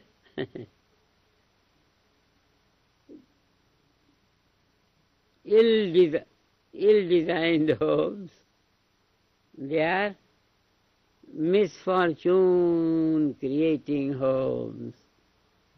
People not knowing where is the cause of their sickness, where is the basic cause of their fighting with their friends and living in the same house. They don't know what it is. So they make excuses here and there and there and there. They create a hell of their life. All the problems of the world will go away with our world reconstruction programs. We are aware that all this what is going on in the parliaments of the world, all this criticism and parties and differences and dissensions, all these will simply disappear if the parliament buildings, government buildings, officers' buildings are built according to this theme of connectedness. Ultimately, all the physiology is in terms of consciousness, in terms of consciousness. It's so beautiful. Our conclusions are so absolutely marvelous, so divine, they are so royal. They stand on their own feet. It's just like ready-made sugar particles we make available in the market. Here is sugar, you eat it. Those who want to know how the sugar was made, they are welcome to know the history of it. But knowing the history of it will not be of any help. Just taste it, eat it. It's a ready-made sugar. It's a ready-made bliss. You are cosmic in nature, you enjoy your cosmic dignity, you enjoy your cosmic royalty. Enjoy your cosmic royalty, individuals of the world. Doesn't matter in what language you hear it, or in what language you receive it, in what language you understand it, but have the taste of reality. Life is huge. Life is huge means it's all such bundle of bliss, ananda. Anandadhev kalyumani bhutani jayante. Anandena jatani jivanti. It's out of ananda is this whole diversity of creation. It is ananda that is permeating everything. Ananda that is permeating everything. So the conclusion is that there is one element which is ananda, which is myself, which is yourself, which is the self of everyone, because it's no more isolated in space and time. It is transcendental reality, that is myself, that is yourself. So we look to be separate, but we are all united, and from where this conclusion? This conclusion is the conclusion of the constitution of the universe. Some one value that it ministers the universe, infinite diversity of the universe, is upheld by that one reality, unified field. Doesn't matter in what language we talk about it. Doesn't matter in what language we understand about it. But that one reality is connecting everything, and therefore everything of the individual should be based on conscious awareness of that level of unity, conscious awareness of that one level of unity. We have talked enough, and that is the reason now we have a global move for the word reconstruction of the world. How we could say it practically? Because construction is going on in every place. So reconstruction of the world is going on, being performed everywhere, everywhere, everywhere. So we are alerting the builders of today. We are alerting those who ordered the builders to build my house, to build my office, to build my factory, to build my school. We are raising a voice to them in their understandable language. Whether they understand the language of Dr. Hagelin, scientific language, or they understand the simple words of Dr. Ike, simple words, or whether they want to dive into the unfathomable field of knowledge in the structures of the Veda and different Vedas and all that. From whatever, but it's necessary that all these buildings in which the governments are working today, they must be demolished, finished. There is nothing more to argue. But if you want to continue to suffer, you are welcome to suffer. You continue with your buildings. Otherwise, this is the time. 2007 should be the year that all these buildings of the government offices and buildings of the parliaments and buildings of the ministers and presidents, they should be demolished. Every finance minister should think that overnight tonight a hurricane came, an earthquake came, and it demolished all the buildings. What you will do tomorrow? You will have to rebuild. So don't let the hurricane or earthquake come to demolish your buildings. You demolish yourself. Realize the mistake of your predecessors. Demolish the buildings.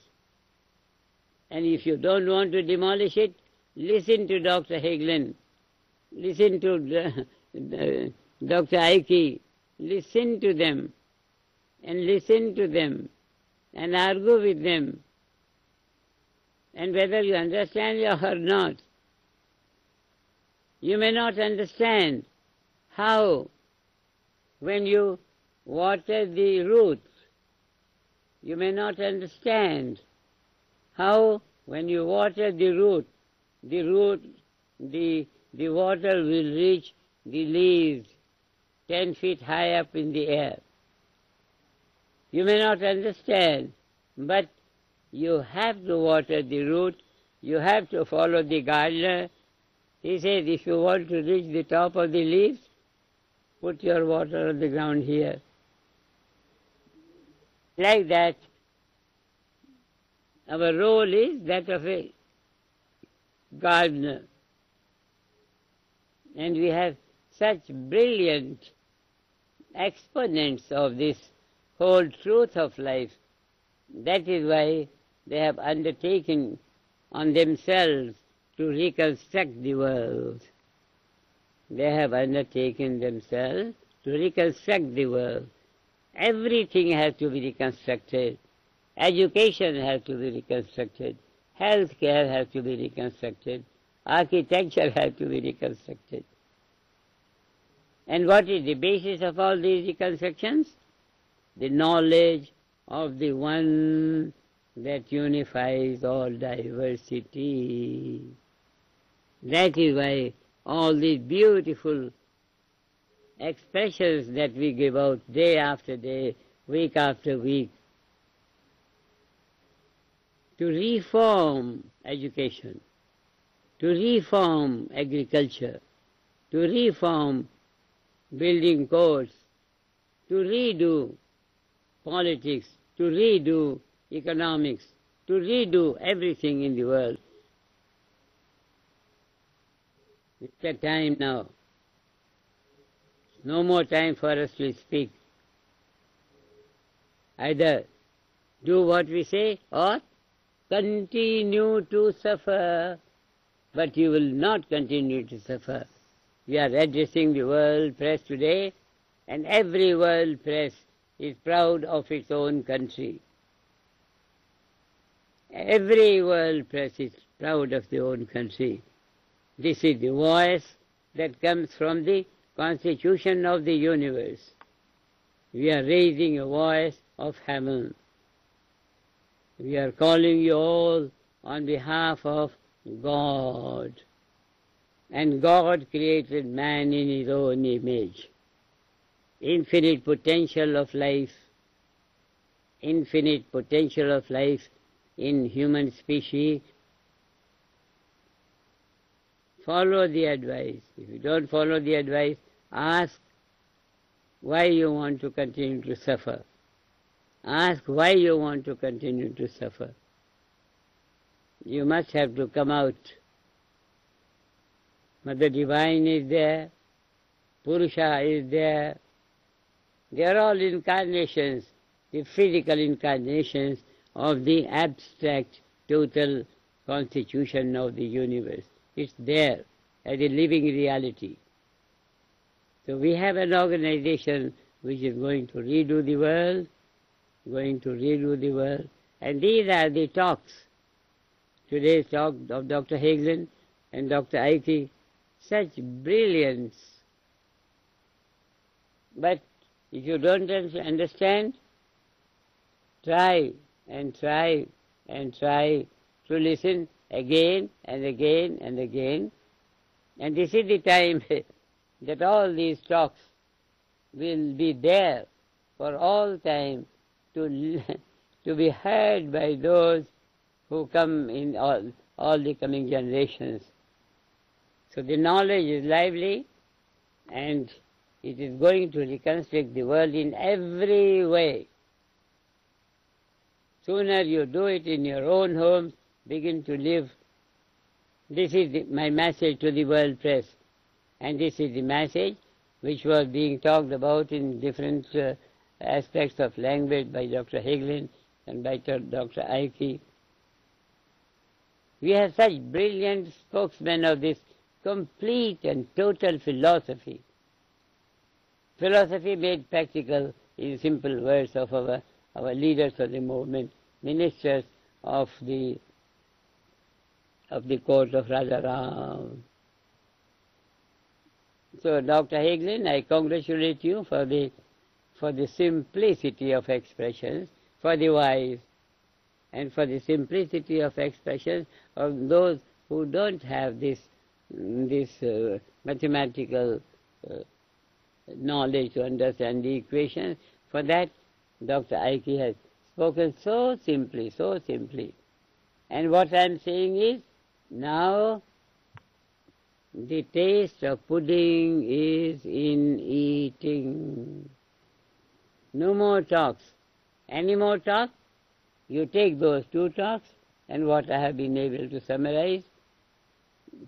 These are the values of knowledge. They throw off the balls of knowledge which will hit the goal, and very soon we'll have a beautiful, beautiful world. In each country, national consciousness will be free from negative values, will be full of positive values, will be full of integrated wholeness.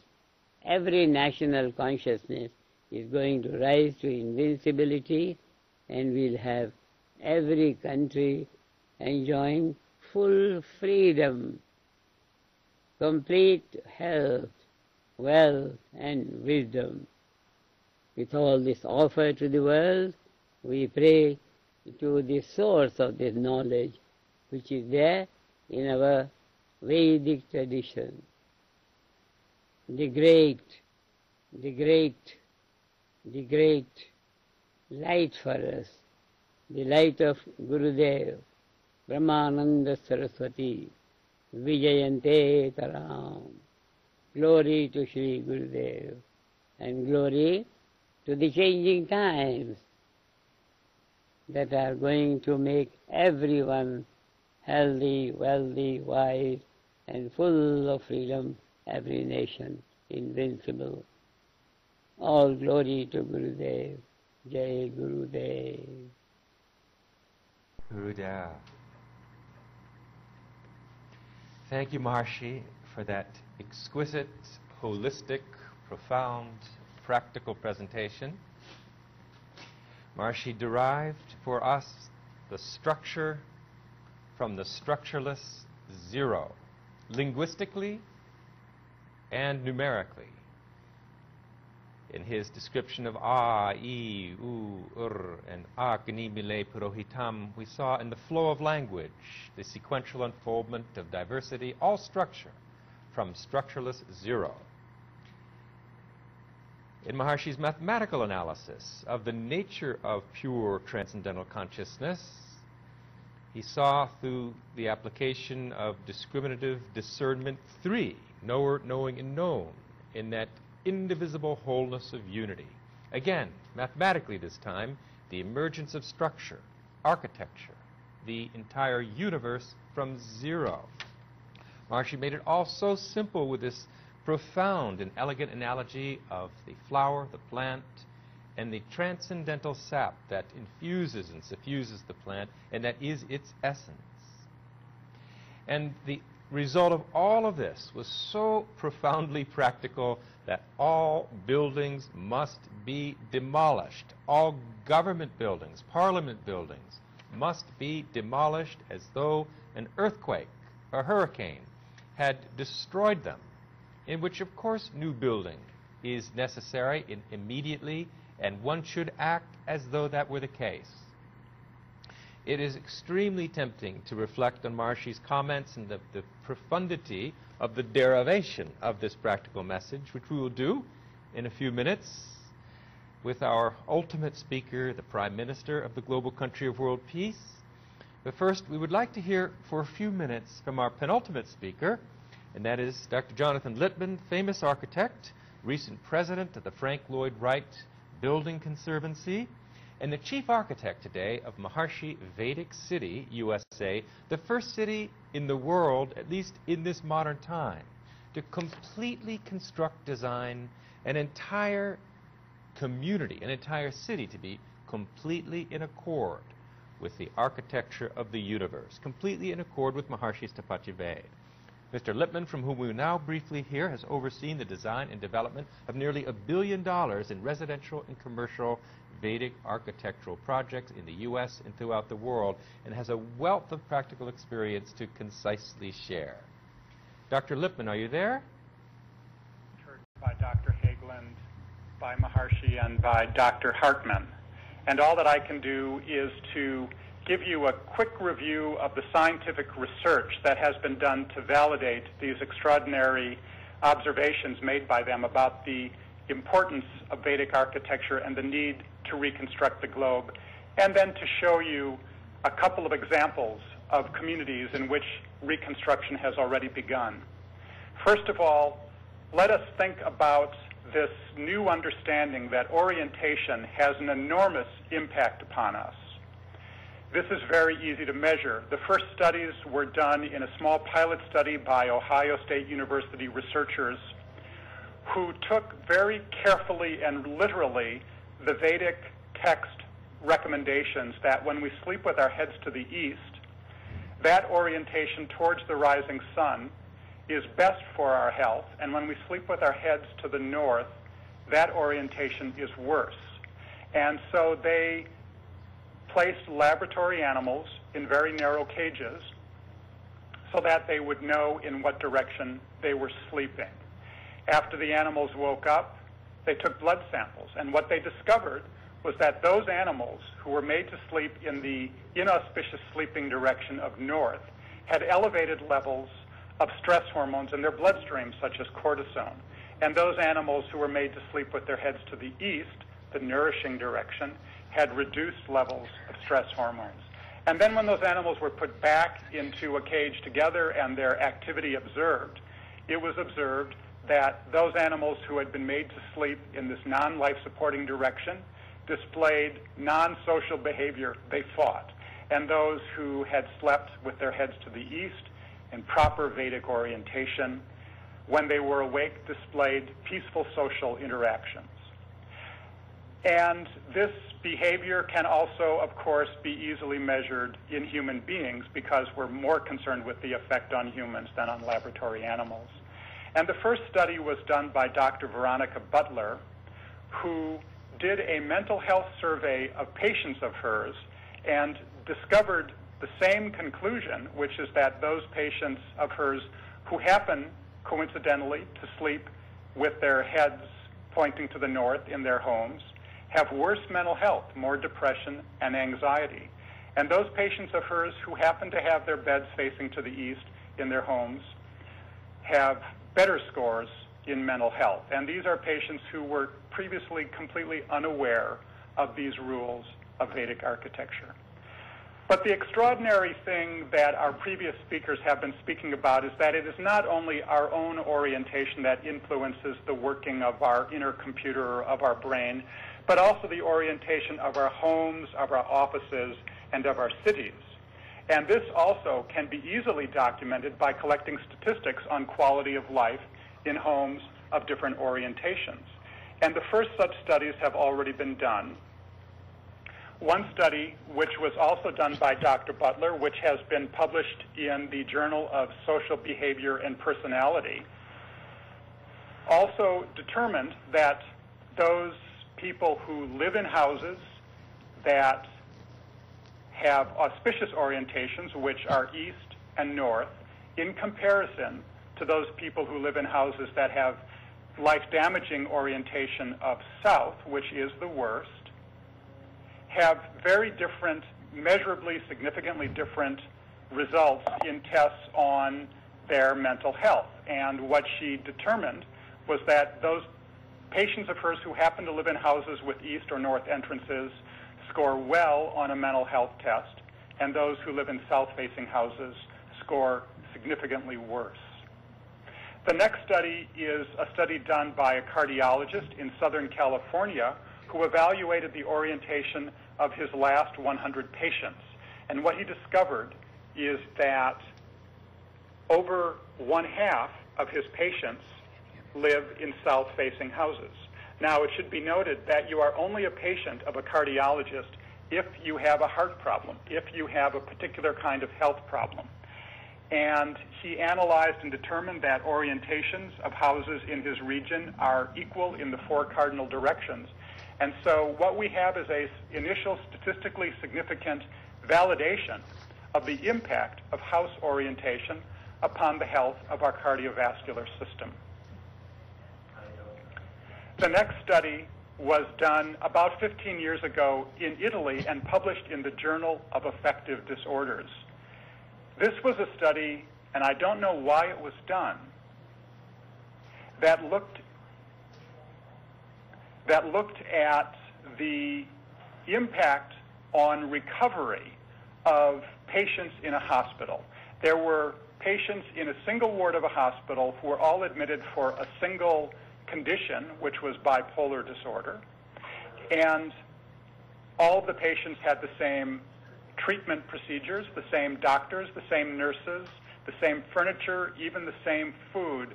The only difference between patients was that some of them were in rooms that were on the east side of the ward, and some of them were in rooms that were on the west side of the corridor. And that meant that half of the patients over many years in this ward were getting eastern light into their bedrooms, and half were only getting western lights. And to the surprise of the researchers, it was discovered that those patients who had been checked into hospital rooms that had east light, sunrise shining into the rooms, had been treated and released from the hospital on the average about 4 days sooner than those patients who had been checked into rooms that only got west or setting sunlight into their rooms.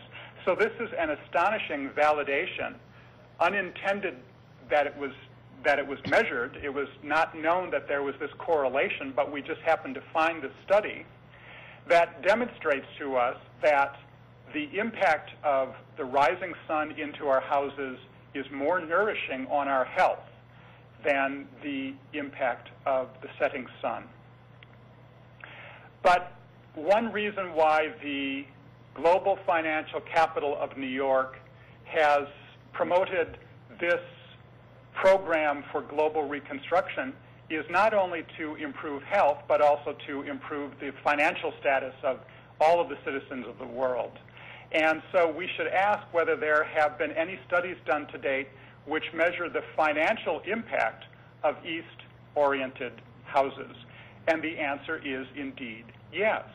Dr. Butler, in her study that was published in the Journal of Behavior and Social Behavior and Personality, had discovered that those patients who live in east or north-facing houses, the auspicious directions, had better financial health. They were doing better financially than those patients of hers who happened to live in the negative, most negative, south-facing orientation of houses. However, Vedic architecture is an application of the principles of the architecture of nature, as we have heard so vividly, and it is therefore holistic, as everything in nature is. And it is not just a matter of the orientation of a house. There are many, many factors. And we would therefore expect that if we could measure the impact of more than a single factor, more than just orientation, we would thereby find even more statistically significant results on quality of life. And one such study which is attempting to do that is underway right now. It's being done by a very eminent, very frequently published researcher in statistics and business in Denmark at a university. And the preliminary results of his study have been released to us, and they are absolutely astonishing and a complete validation of what we have heard over the past 2 hours. Specifically, he randomly selected 100 companies in Denmark, all of whom earn their income by the work that is done in their corporate headquarters. So if, for instance, a company was a fishing company, and there are many of those in Denmark, it would be excluded from the study because its success would depend in part upon the success of fishermen far outside of their corporate headquarters. And he wanted to see whether Vedic architecture predictors would correlate with the financial success of the data. He has selected what is probably the single most recognized measurable correlate of a company's financial success, which is the dollars of profit earned per employee. And he collected maps and drawings of these 100 publicly traded companies and turned them over to Carmen Quinton, who is an American and Canadian Vedic architect who is very well trained in the application of the principles of Vedic architecture. And she has analyzed from the drawings and photographs the buildings and has been able to ascertain not just their orientation, but a total of 5 different predictors of the effects of Vedic architecture. And she has ascertained 5 factors, one of which, of course, is the orientation of the building. The second is the shape of the building. The third is, when it has a fence around it, what the orientation, where the gate of the fence is. The fourth is its relationship to water bodies. And the fifth is its relationship to hills. And we heard from Dr. Hartman that these are all factors, in addition to orientation, that impact quality of life in those people occupying a building. So she has scored to this date the first 30 of these 100 companies' facilities for these 5 Vedic architecture factors or predictors. And then she has made a prediction as to how successful these 30 companies would be expected to be based upon their physical plant. And the professor, Christian Olivar, has compiled the financial success of these companies based on their publicly traded available statistics. And these 2 rankings were compared, and in fact, the Vedic architecture predictors accurately predicted the success of 27 out of 30 of these companies. That is 90%. That is a mind-boggling correlation, and it absolutely convinces us that we must demolish all of the buildings in the world that are not having auspicious influences on us. Those who are in the financial world, those who are in the corporate world, if you want your enterprises to be successful, now know that you must have those corporations in buildings that are built according to the principles of Vedic architecture. So thank you very much for this overview. It has been a pleasure to speak to you. Thank you very much, Dr. Lippman. It was remarkable to hear of the empirical research already coming forth on the global reconstruction programs and projects that have occurred so far. We are living in an empirical age, and inevitably there will be hundreds and thousands, ultimately, of studies confirming and confirming and confirming the profound influence and remarkable effectiveness of Maharshi's Tapatya Ved for the success and good fortune of anyone or any business. But already, as we have seen from this published research, that there is a 90% correlation between the success of a business enterprise and the Tapatya Vedic features of the building in which it is situated. Again, already established a 90% correlation between the success of a commercial enterprise and the Tapatya Vedic features of the building in which it is located.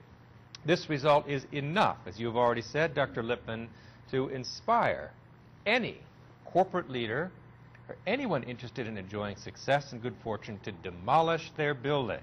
As Maharshi has said, why wait a single day when misfortune can be transformed into good fortune? That is an extraordinary result of your talk. We very much appreciate your connecting to us from Maharshi Vedic City, USA. Thank you very much, Dr. Lippman.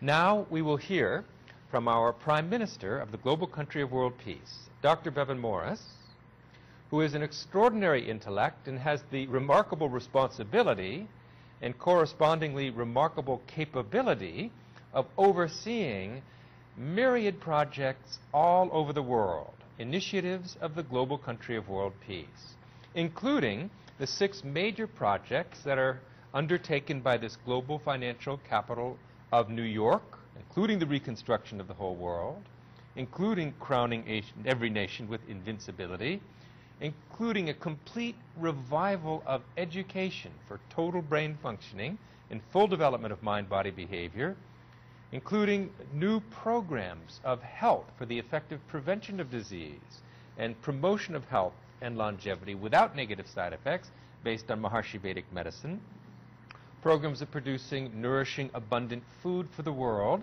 through Maharshi Vedic agriculture, which is organic agriculture in harmony with natural law, and even eliminating poverty throughout the globe. All these projects and more are underseen and supervised by Dr. Bevan Morris, who has that great responsibility as the right-hand man of Maharaja Nararam, first ruler of the global country of world peace, responding to Maharshi's initiatives all over the world.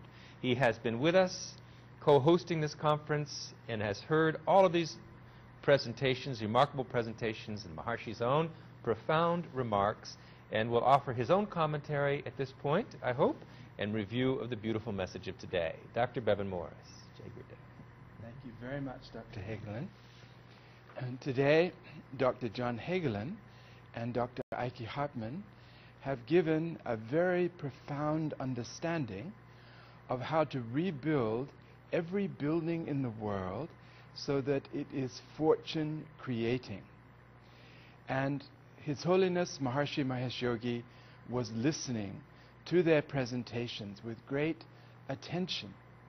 Maharshi, as Dr. Hagelin said, has revived for this age this great knowledge of Stapatya Ved, of Vedic architecture in harmony with natural law.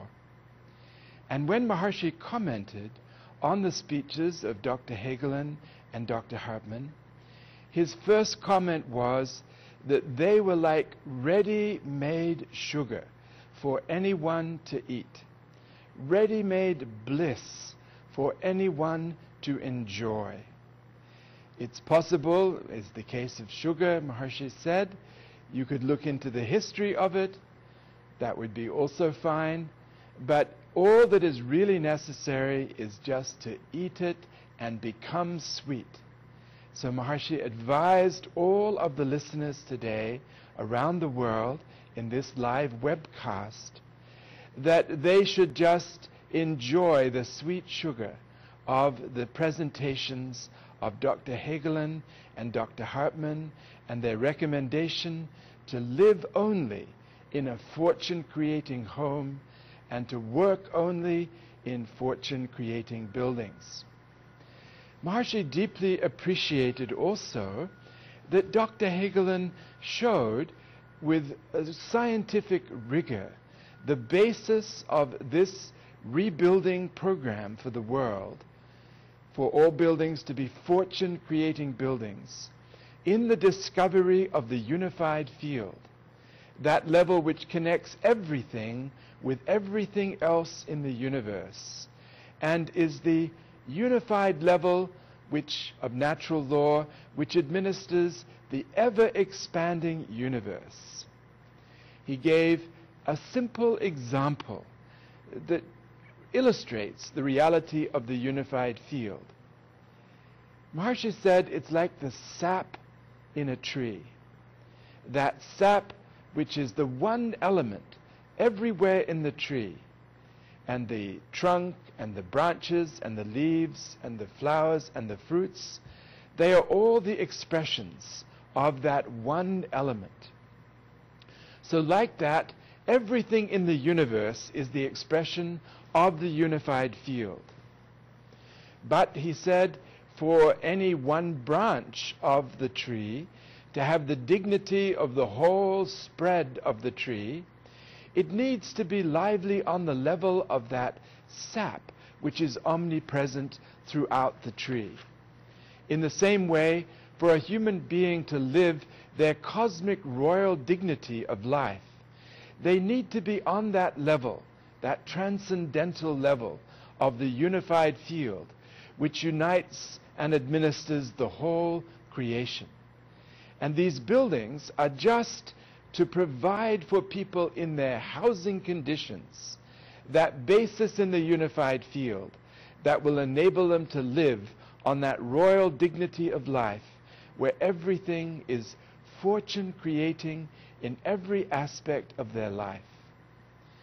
Maharishi also praised very highly the research of Maharaja Nadaram, great neuroscientist, who Maharishi said he had with great joy weighed in gold for his scientific discovery that the human physiology is actually made out of the unified field, out of this infinite field of consciousness.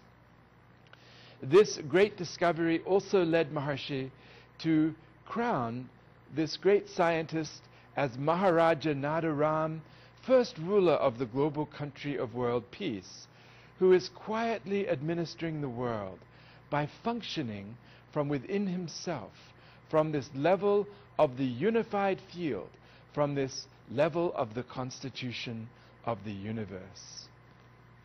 Next, Maharishi went deeply into the Vedic description of the unified field. He said he was just talking about exactly the same thing that Dr. Hegelen had been talking about, but he was speaking about it from the level of the Vedic rishis, the Vedic tradition of India, of the total knowledge of this unified field level. And he explained how everything in the universe does in fact emerge from this single unified field, that all the multifarious space-time bound aspects of the universe are the expression of this unmanifest unified field, which could be described as a field of nothingness. And Maharishi explained, how does it happen that a universe comes out of something that is unmanifest? He said it is because that field is not inertia. That field is a field of intelligence which is self-referral. Self-referral is to say it means that this field, being intelligence, being consciousness, it knows itself. And knowing itself, it begins to play the role of a knower, an object of knowledge, and a process of knowing. A threefold structure, 3-in-1 structure of the unified field. And these three elements, which are called Rishi, the knower, Devata, the knowing, process of knowing, and Chandas, the known in the Vedic language, these three values of the self-knowing, the self-interaction of this infinite field, set it into circular motion. Circular motion is the reality of that field. There is an expression for that in the Yoga Sutra, the text of yoga in the Vedic tradition. Vritti sarupyam itahatra. A vritti is a circular motion. That infinite field is in constant, it's in eternal self-referral, circular motion. It is circulating within itself. And this is how that field, it's not an inert field, it's not a dumpy, dull field. It's a field that is full of the dynamism of the circular motion in its own structure. Maharshi also praised Dr. Hagelin very highly for bringing out in his address from the perspective of the most fundamental discoveries of quantum physics that this self-interaction expresses then as an eightfold structure of the symmetrical dynamism of that unmanifest field. And Maharshi then drew a parallel between what Dr. Hagelin had said about the eightfold structure of modern physics of that unmanifest field with the eightfold structure of that unmanifest field as described by the Vedic rishis in their cognition, in their experience of the unified field.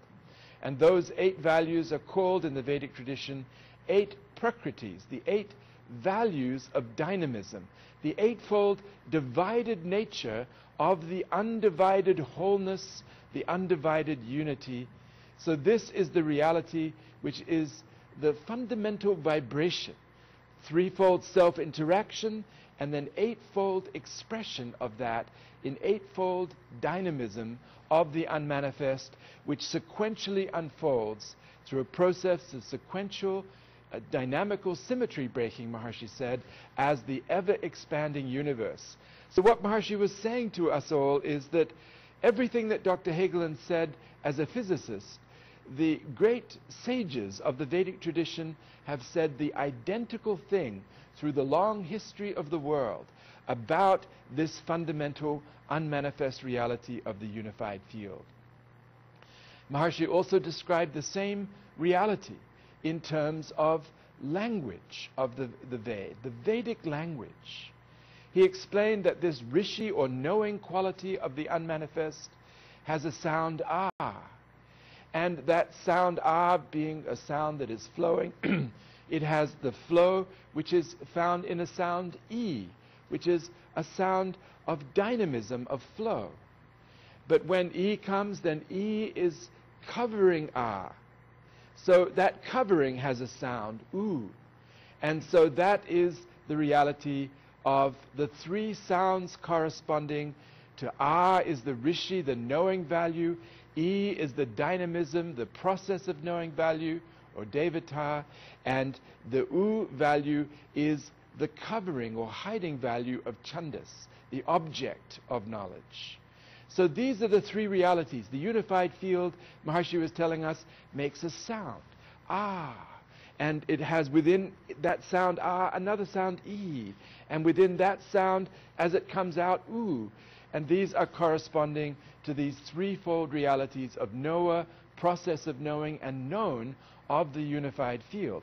And then these 3 interact. And when these 3 interact, then the reality that comes out of these 3 is another sound, r, which is the sound which doesn't have a, e, and u, but is a sound of infinite variety of points that are now emerging in that unmanifest field.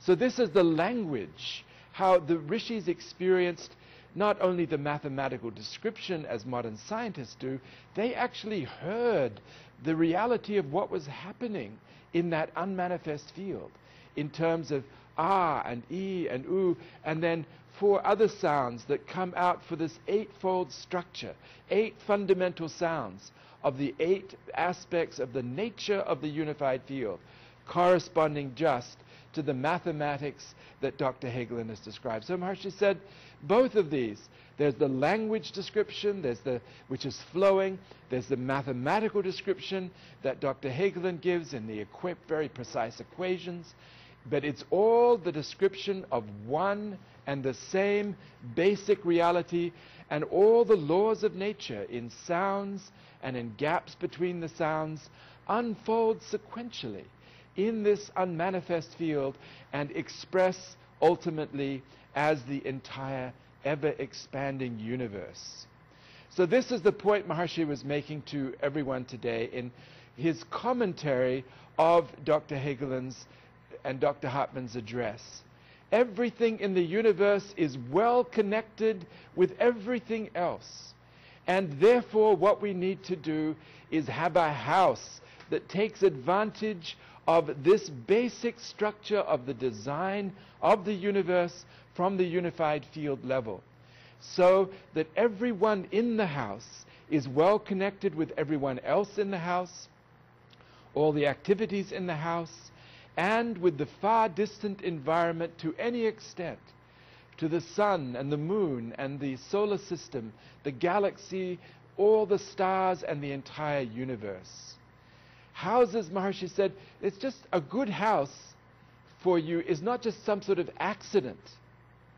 The whole house has to be designed in a very precise way to have the correct relationship to this cosmic structuring intelligence at the level of the unified field. And a well-designed house on that level, that most profound level, is a fortune-creating house. Whereas a haphazard and ill-designed house, they are misfortune-creating homes. People do not know what is the cause of the sickness and the fighting that goes on in the buildings. They make a hell of their life by virtue of this haphazard design of homes, in violation of the basic structuring intelligence of the universe. And with the reconstruction of the world, according to this supremely intelligent architectural system, then what will happen, Maharshi said, all the problems of the world will just basically go away. Maharshi also commented very strongly about the importance of this with respect to parliaments, to ministerial buildings, to presidential palaces. All of these buildings are full of fighting, poisonous conflicts today because of the buildings being wrongly designed in violation of the laws of nature. And all that infighting, that conflict will disappear when the houses that the people who run the countries are living in and working in are reconstructed so that they are properly connected to the unified field level of life, as the branch has to be connected to the sap. So this is the beautiful requirement, and Maharshi said, without doubt, every government building in the world has to be demolished right now and reconstructed in this way. It's absolutely essential. So Maharshi said the conclusion is marvelous, it's divine, it's royal, it stands on its own feet. It's just sugar ready to eat. It's ready-made bliss. The whole universe is the expression of bliss. Maharshi quoted the Upanishads. The whole of everything is just a huge bundle of bliss. And that bliss is permeating everything and is my own self and your own self. Living on that level of being free from any limitations in this transcendental unified field level, the level of the constitution of the universe that Dr. Hagelin and Dr. Hartman described. And then everything in life will be full of good fortune. Maharishi said either one can take this understanding from Dr. Hagelin in his very sophisticated physics terms, or in terms of the simple words of Dr. Hartman, or dive into these deep structures of the Ved as Maharishi has laid out for us. But whatever way one does it, you just have to know, you have to choose. Do you want to suffer from your house or continue to suffer, or do you want to stop suffering? This should be the year when all the buildings, particularly of the government, 2007, should be demolished. But everyone should think about this. Everyone should verify for themselves how your house is and how am I being damaged by my house and my office. And as Dr. Hagelin mentioned, if tomorrow there was a hurricane or an earthquake and the buildings fell down, everyone would have to rebuild. People are building all the time anyway.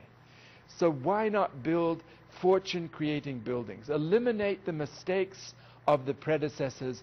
Listen to Dr. Hagelin. Listen to Dr. Hartman. And you may not understand every detail.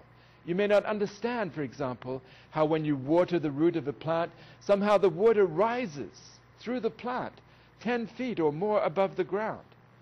But even if not understanding, you've gained the necessary knowledge from these brilliant exponents.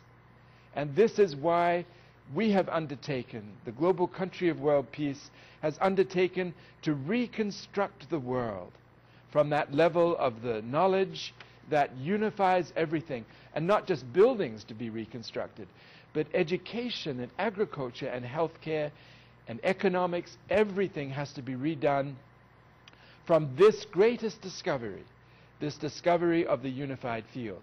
So it's not any more time just to talk about it, Maharishi said. It's time to actually do the reconstruction. We just have to keep saying to everyone, do you want to continue to suffer, or listen to these brilliant exponents who you have heard today speak about this? This, combined with Maharishi's own summary, are like balls of knowledge which are being thrown to hit the target. And with this, national consciousness will be free from every problem very, very soon. Every country will be invincible. Every country will be enjoying freedom and health, wealth, and wisdom. And Maharishi, in conclusion, offered his great gratitude to his own tradition, to the source of this knowledge, in the Vedic tradition, which is a great light for us, Maharishi said, this tradition of knowledge. And he gave glory to his teacher, Gurudev, whose name is Brahmanand Saraswati. And then he said, Vijayante to Ram, which means hail to him, praise to him, who gave us this knowledge about all these different fields based in the unified field, and particularly today, the field of architecture and city planning to be completely fortune-creating. He gave glory also to the changing time in the world, which has made it possible for this level of knowledge now to be made available to everyone on earth. For example, in today's global webcast, which has been hosted by our great Dr. John Hagelin. Jai Gurudev. Jai Gurudev. Thank you very much, Dr. Bevan Morris. This is a beautiful summary, absolutely concise, lucid, compelling. Really, it's an entire conference in compact, concentrated form, and everybody should hear this presentation. I would like to thank all of our speakers today, especially Maharshi Mahesh Yogi, who is the source of this knowledge as our link to the Vedic tradition of masters, and for his tireless efforts to bring health, wealth, wisdom, and welfare of all mankind, most especially today, through this global launch of the global reconstruction, the reconstruction of the whole world. And thank all of our other illustrious, learned speakers, Dr. Ike Hartman, Dr. Jonathan Lippman, our Prime Minister, Dr. Bevan Morris, and conclude now this conference on the reconstruction of the world in accord with natural law, fortune-promoting homes, buildings, government offices, to eliminate most of the world's problems in a single stroke on a firm, sound, scientific basis. I would also like to announce that on Monday, the 16th of April, this coming Monday, will be a continuing conference in the series of conferences on education for enlightenment, a scientifically based new approach to education that develops the total potential of the human brain, full creative potential, and full development of mind, body, and behavior. Total knowledge for the total development of life. This again will be on Monday, April 16th at 11:30 a.m. Eastern Daylight Time, broadcast on the same channel and same global website. Again, the next of our series of conferences from the global financial capital of New York, located here at 70 Broad Street in the heart of the financial center of New York, and truly the financial center of the world, changing the destiny of the world and uplifting the finances of the world to be fully fortune-creating and of maximum evolutionary benefit to the whole world. Until Monday and our conference on education, I wish you a good weekend and invite you to return and enjoy the knowledge that is truly transforming civilization today. The complete Vedic knowledge and its practical application to transform every area of life and society. Until Monday, Jai Gurudev.